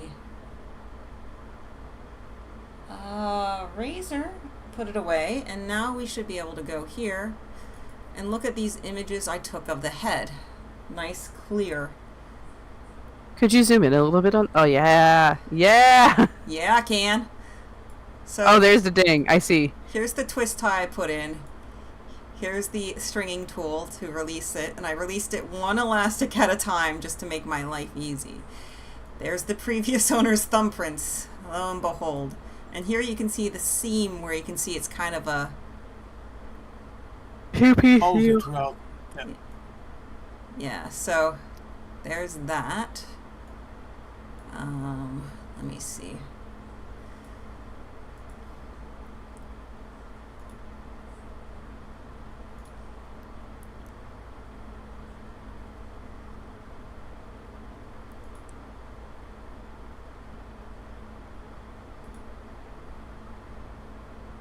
And here you can better see that seam. Yes. Yeah. So that really... Definitely the acrylic. It's interesting, because then you can see little ripple effects here from the plastic, too. This elastic is so, like... Okay, and now we get into the head cap. Can I rotate this? So it says 1999 on the head cap. So it's probably a 1999 mold. Mm-hmm. Full screen. Review full screen? Can I rotate? Let's get in. I think we can handle side. I don't know if I can rotate, but anyway. So there was this little other mark down here that almost looked like a sideways yen mark, which I thought was interesting. Could you zoom in a little bit more on that piece? In fact, I can show you a video.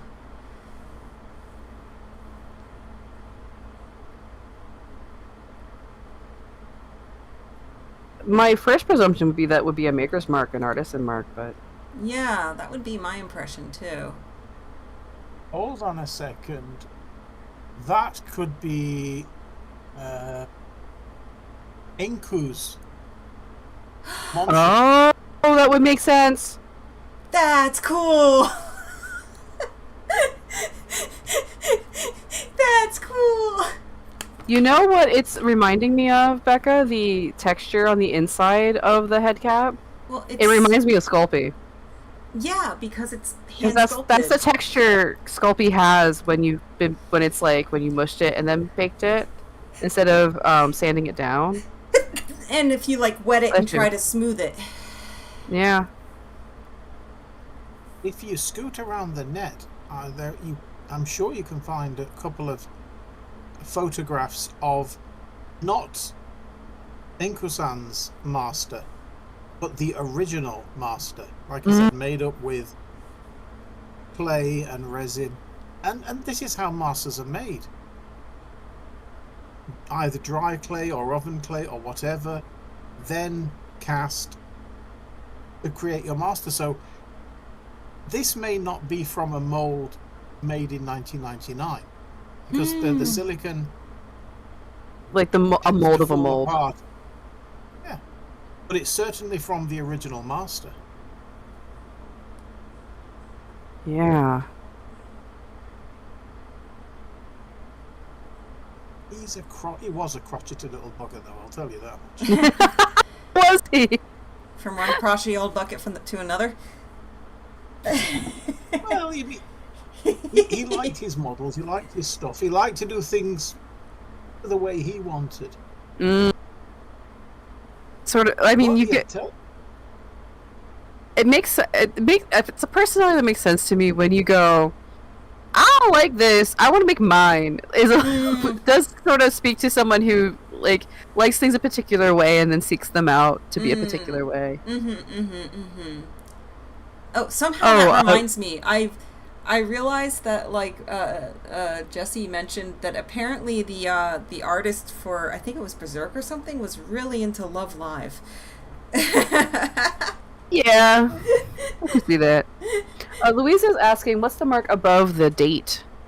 Oh, The so year, that year is the Zukemura in Japanese. Or Zoke? Yeah, Zukemura. Let's see, where's my notes? First license done.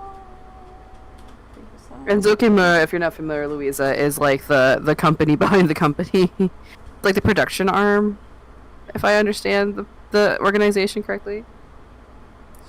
It's the part that makes the planes and the vehicle based stuff. Yes. That's. I think originally it was just a model shop, and then the elder Shigeta-san started making models rather than just selling them. And thus That's it grew. history. Yeah, I've They've heard. always had a- Oh, go ahead. Oh, sorry. No, you're good. I was going to say they've always had an eye for the market, so they've jumped into a number of things. Not all of them have been successful, even model railways. My impression has always been that being such a niche hobby, running a shop, you had to be quite canny in order to make profit. Which means, like, they've even with Dolphy, even though they've kind of settled recently in this is how we want the engineering to work. They've been using limiteds all along as their testing space for different ways of handling joints or sizes, or slowly iterating on all of their work. They'll iterate and do it as a limited release iteration, so they're not committing the whole line to it. And then if it works or doesn't work, then they come back and will iterate and iterate and iterate, which fits in with what you're describing, that they're the type to take a little bit, not a risk exactly, but to want to expand and find ways to help support by diversifying and improving what they have in a way to keep up with to keep that sort of fresh demand. They've been very good at it. It's the way to go. I mean, you wouldn't believe how small the margins on a doll actually are. I would, if they were trying to make a giant profit, it would be so priced so far out of anyone's particular budget. I'm sure it'd be ridiculous. Just the resin by itself. There's certainly a lot of personality in them, in all of the members of the family. Even the kids, though they all have different tastes when it comes to these things. Mm-hmm. Like, for example, what's her name? The daughter. I cannot remember her name. Etsuko, maybe? Anyway, she's the one who ran through the Rose of Versailles project. Mm. At, almost at variance to what the family said, because it was a lot of cash to buy up the rights. Oh, I A bet. lot of toing and froing with Ikeda-san's office to make sure the sculpts were right, and in the end it did gangbuster numbers. They really nailed her. Yeah. Like ridiculously. And they made a specific new small bust for her, which I appreciated, for the SD16. So they made a new, in addition to the new head model, they invested in a new bust model. Now I want to know how the Slayer's piece got into Volks. Because I care about that, yes. But they've had like such a a connection with Araki. Yeah. Not Araki, but that was the younger Shigeta. I can't the son. Was it the son? Ha! Because there's like a certain amount of love that's gone into the Slayers collaboration that I don't see necessarily in all of the ones that they do. Like Lena Inverse, I got to talk to another person in the hobby about her at one point. She is so lovingly spot on to her original like artwork from her original artist that it's ridiculous. She is ridiculous in person. Then you go the other way. You get to 2B. Yeah. And it's clear that nobody from the property side was even remotely concerned about what she ended up looking like, because apart from the outfit and the vague shape, that's nothing like 2B. The face is dead-eyed. And she's far too pneumatic. The only thing they did new or innovative for 2B was they updated the bust to have a smooth bust so that the push-up bust would not show as in Danny Chu terms, headlights. What I would like to call, in scientific terms, the areola and nipple, because we're adults here.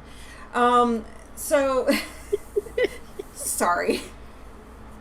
Me and Becca have a long going Danny Y about his headlights shyness when he was like, there's a whole thing into it that I get going around on about him. He couldn't sculpt headlights onto his guys because he felt uncomfortable about guys having nipples, I guess, because he thought nipples were, erotic or something. Something. Are you saying he dare not look down in case he notices his own boobs? I think so. Not. Or maybe he's not comfortable with his own. Anyway, we're not going to talk about my things about Danny Chu. He does. Where are we? We got. I do think he has improved in his approach. He has a certain way of approaching gender I don't like. Yes, he's gotten better. He has improved in this manner in some of the ways that he's talked about, and also approached the masculine dolls that he's interested in doing. But anyway, whoa! We got lost in the mountains. Dissing Danny. At least he's trying to innovate in a way that he is. A lot of companies aren't. No. He's doing a lot of things, especially in terms of representing different types of groups of people that are normally not represented anywhere in this hobby.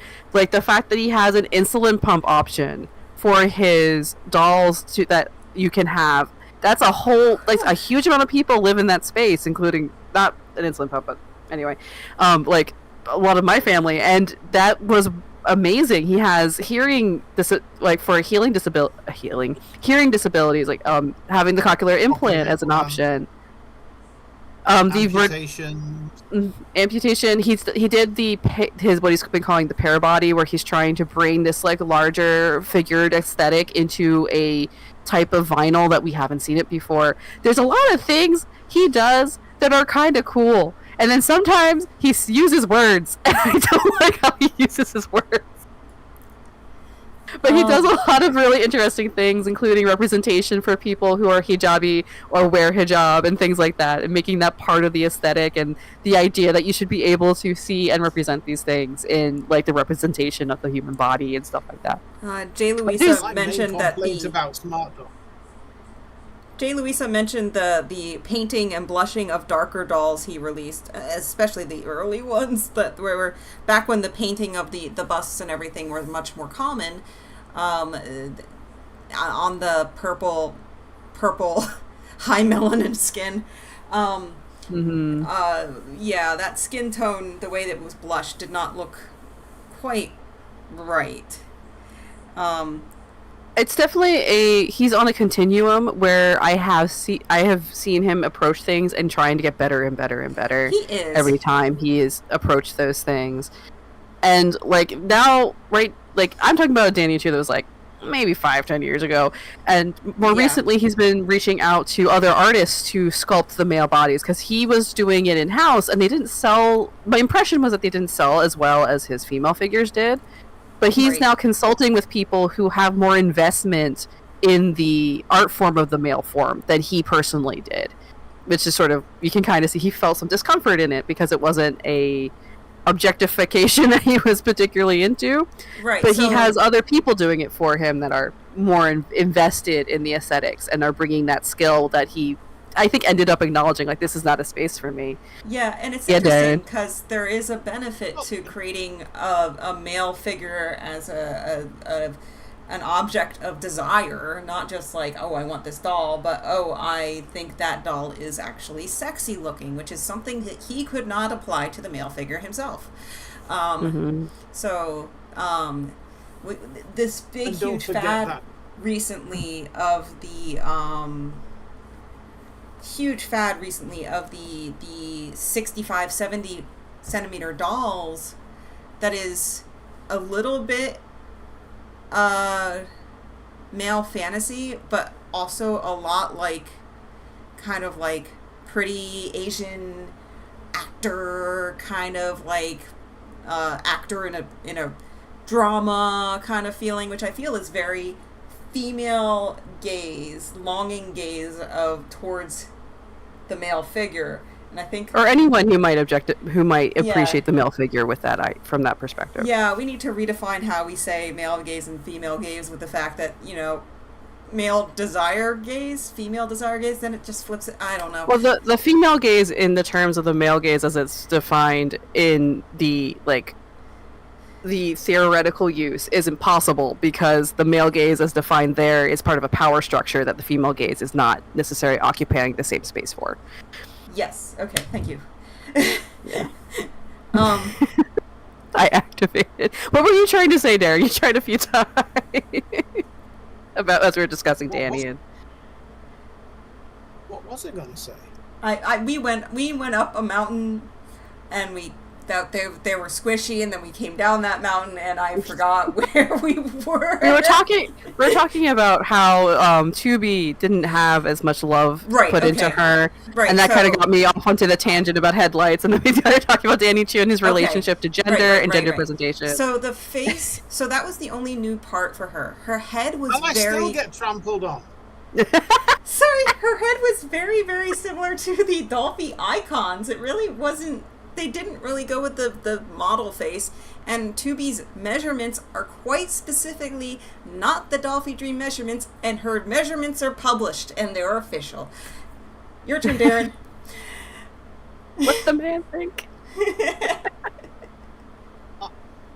I couldn't quite work out why they went with the DDDY. No. More importantly, why did nobody is it Square? Yeah. Yes, Square has it now. Why did nobody at the licensor care that they were not replicating the character?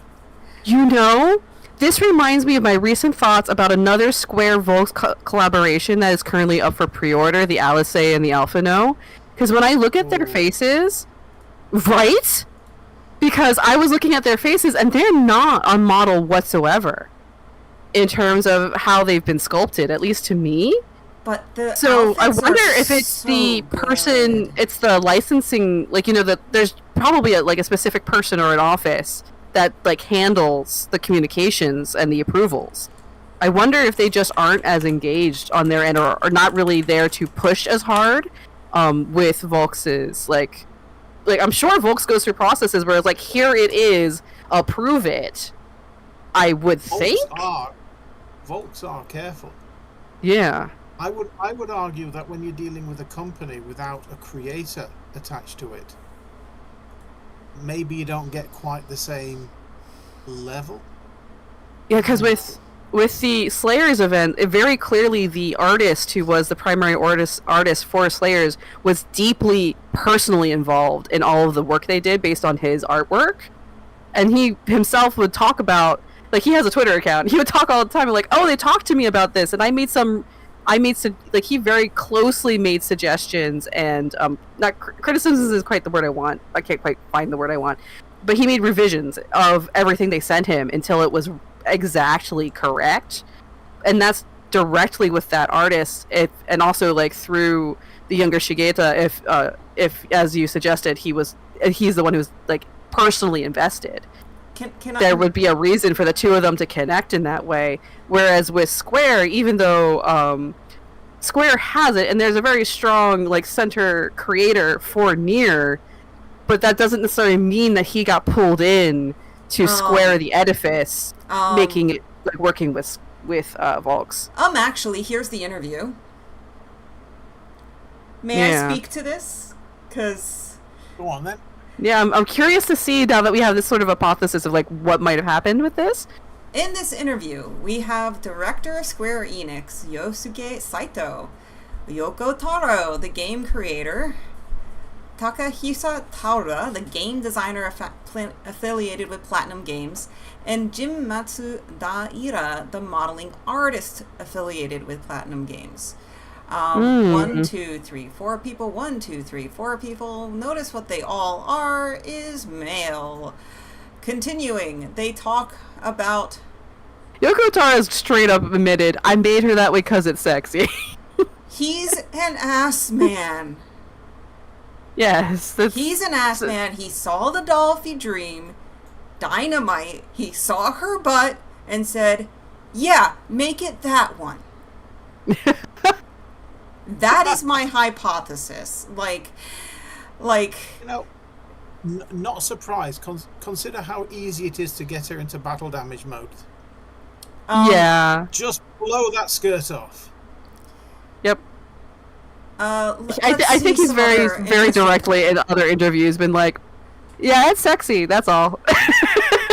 He's just not making apologies or excuses. It's just sexy, so I made her this way. It's also interesting where these pictures, they're looking away from 2B, but the only pictures where they're kind of looking towards their doll, they're looking towards the guy, because it would be a little etchy. It looks like they might have been talking about it more intently. 9S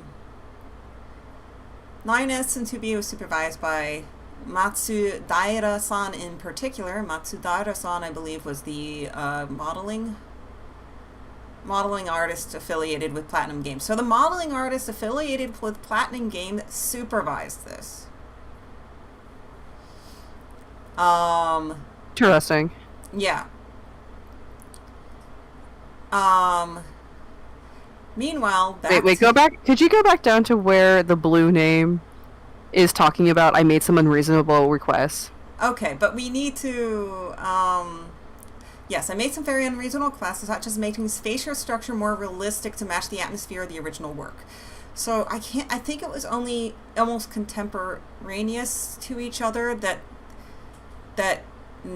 2B and the Dolphy Dream icon was released. So they might have been co-developed in a way. I have to look at the dates a little bit, but yeah. That being said, they had to develop these like that, but then they had to paint them because there was a pre-order project with paint masks. They couldn't hand paint them like they did with the Dolphy Dream icon. The Dolphy Dream icons look amazing because they're hand painted, and any customized 2B looks baller. Hand painted 2Bs look great. Interesting. So it might be the production method doesn't allow the sculpting on the face to really present itself in its best light. It does So not. any good customizer can completely change the way the base sculpt looks. Meanwhile, changing the subject other than to be a 9S, are there any other characters you'd like to see turned into Dolphy Dream characters in the future? Well, I would like to say I would lie if I didn't say A2, but A2 isn't wearing any clothes. I wondered if it would be quite erotic. What do you think? Well, I think it's good to be naughty, says Yoko Taro. It feels good to go against the current trend. So, then they go to talk about making Pascal a doll, which is much more fun. So yeah. Bless this man with his mask. So scanning through. I wonder if that's part of why Alice and Alpha No don't look particularly themselves. Is because of the similar issue with like the painting mask situation that they're in. Yeah. They're going to be great repaints, I can say. I haven't seen any Y'shtola repaints yet, but she looked baller as is. She looked good out of the gate. Yeah. Seeing her in person, she looked fantastic, and I'm a little like, did I have the money and time? No. Do I wish I did? Yes. They do come up now and then for a secondhand sale. Oh, I do not have that money. I have an Amy Ayase who has eaten that part of my budget. Sorry. Sorry. Gee, I wonder who that is.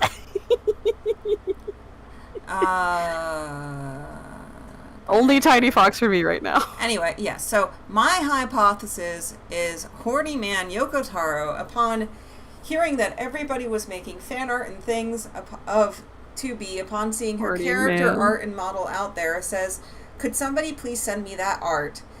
The internet thereby collected, bless Reddit, all the art together, all of the butt pics together, and sent them to Yoko Taro, and Yoko Taro said thank you. That is why, in my hypothesis, 2B is on a Dolphy Dream Dynamite body. Do we have any dissenting opinions? Well, nothing else has the right butt. Yeah, nothing. If you go down one. Mm-hmm. Yeah. There's just no other...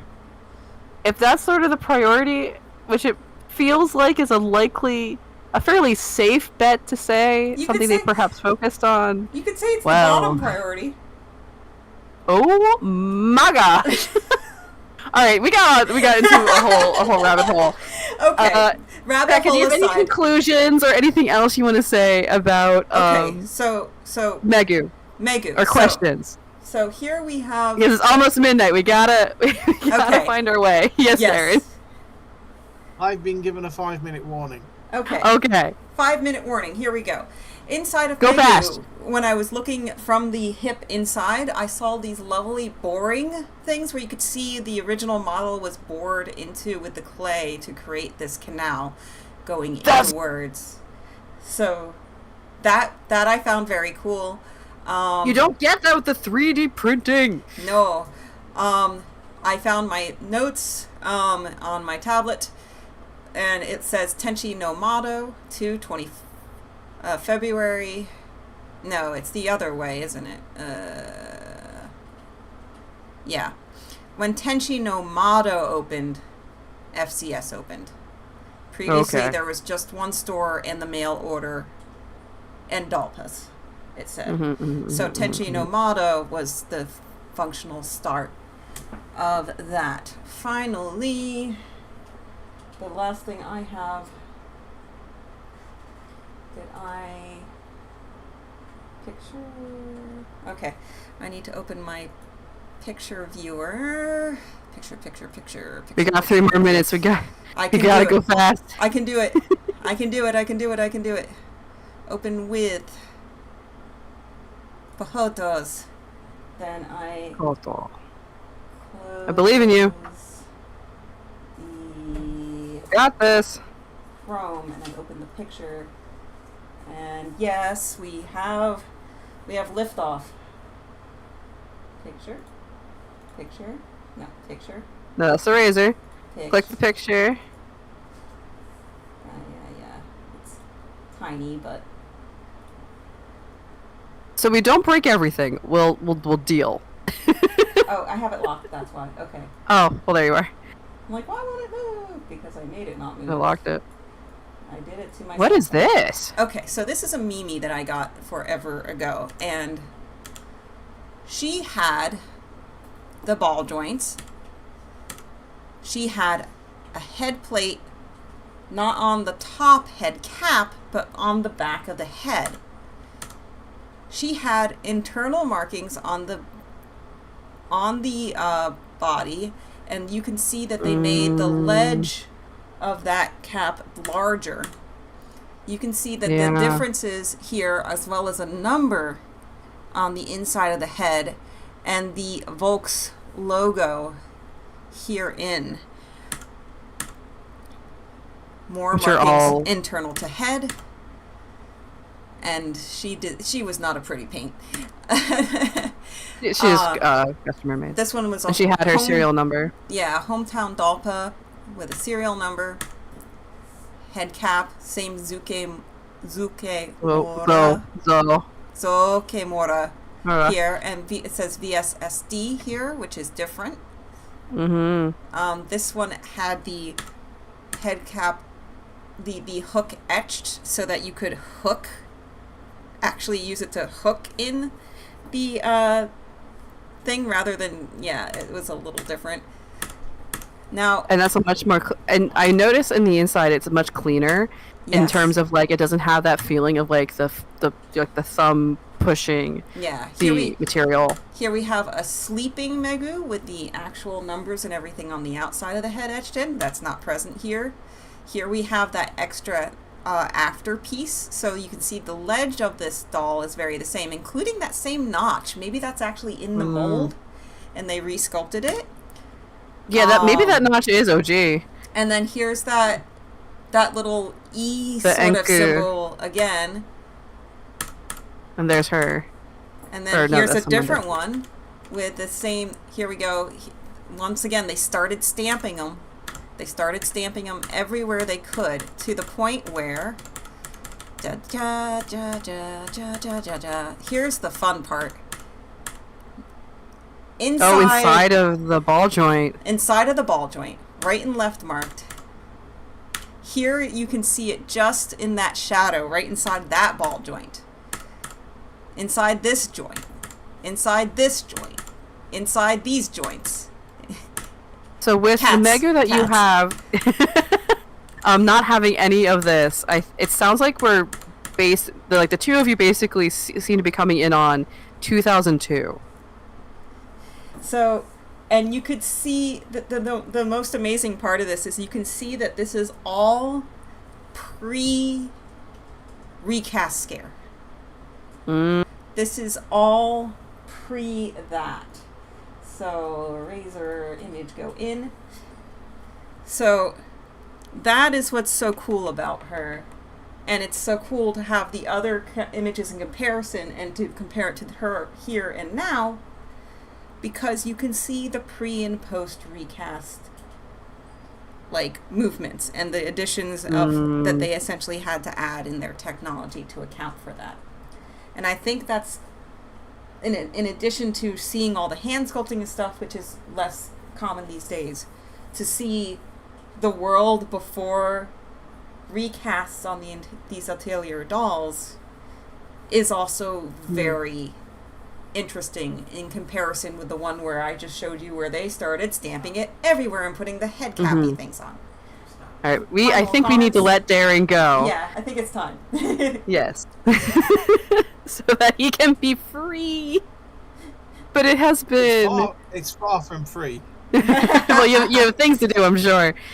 But it has been a absolute delight, as it always is, to talk to you, Darren. It's always grand. Yeah, so I very much appreciate it. Thank you. Your girl that I have from you she gazes at me in my room. She has a very good life on my shelf.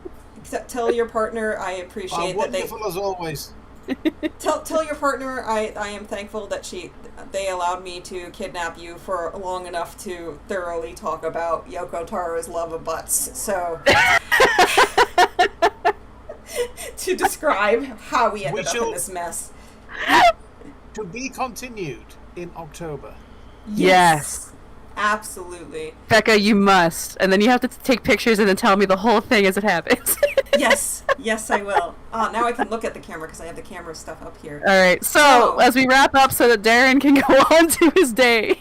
So as you're trying to save all your money by not buying any more dolls, because you do have a trip planned in October to Japan where you will buy a doll from one of the Volks locations and perhaps welcome it in some sort of odd ceremony where you awaken its soul and trap it in its corporeal form, please remember to keep on collecting dolls. But keep a budget. Bye, everybody. Thank you, Jay Louisa, for coming. Thank you, everybody. If anyone has any questions, if they watch us later, feel free to leave a comment. We read them. There he goes. All right. If you have anything to say, please feel free to comment about it. We do read them. We will respond to them. Louisa, again, thank you so much for stopping by. Yes, thank you. Good night. I don't even feel the time right now. I'm just hype. That was a wonderful conversation. That was very good. All right. Goodbye, YouTube. Bye, everybody.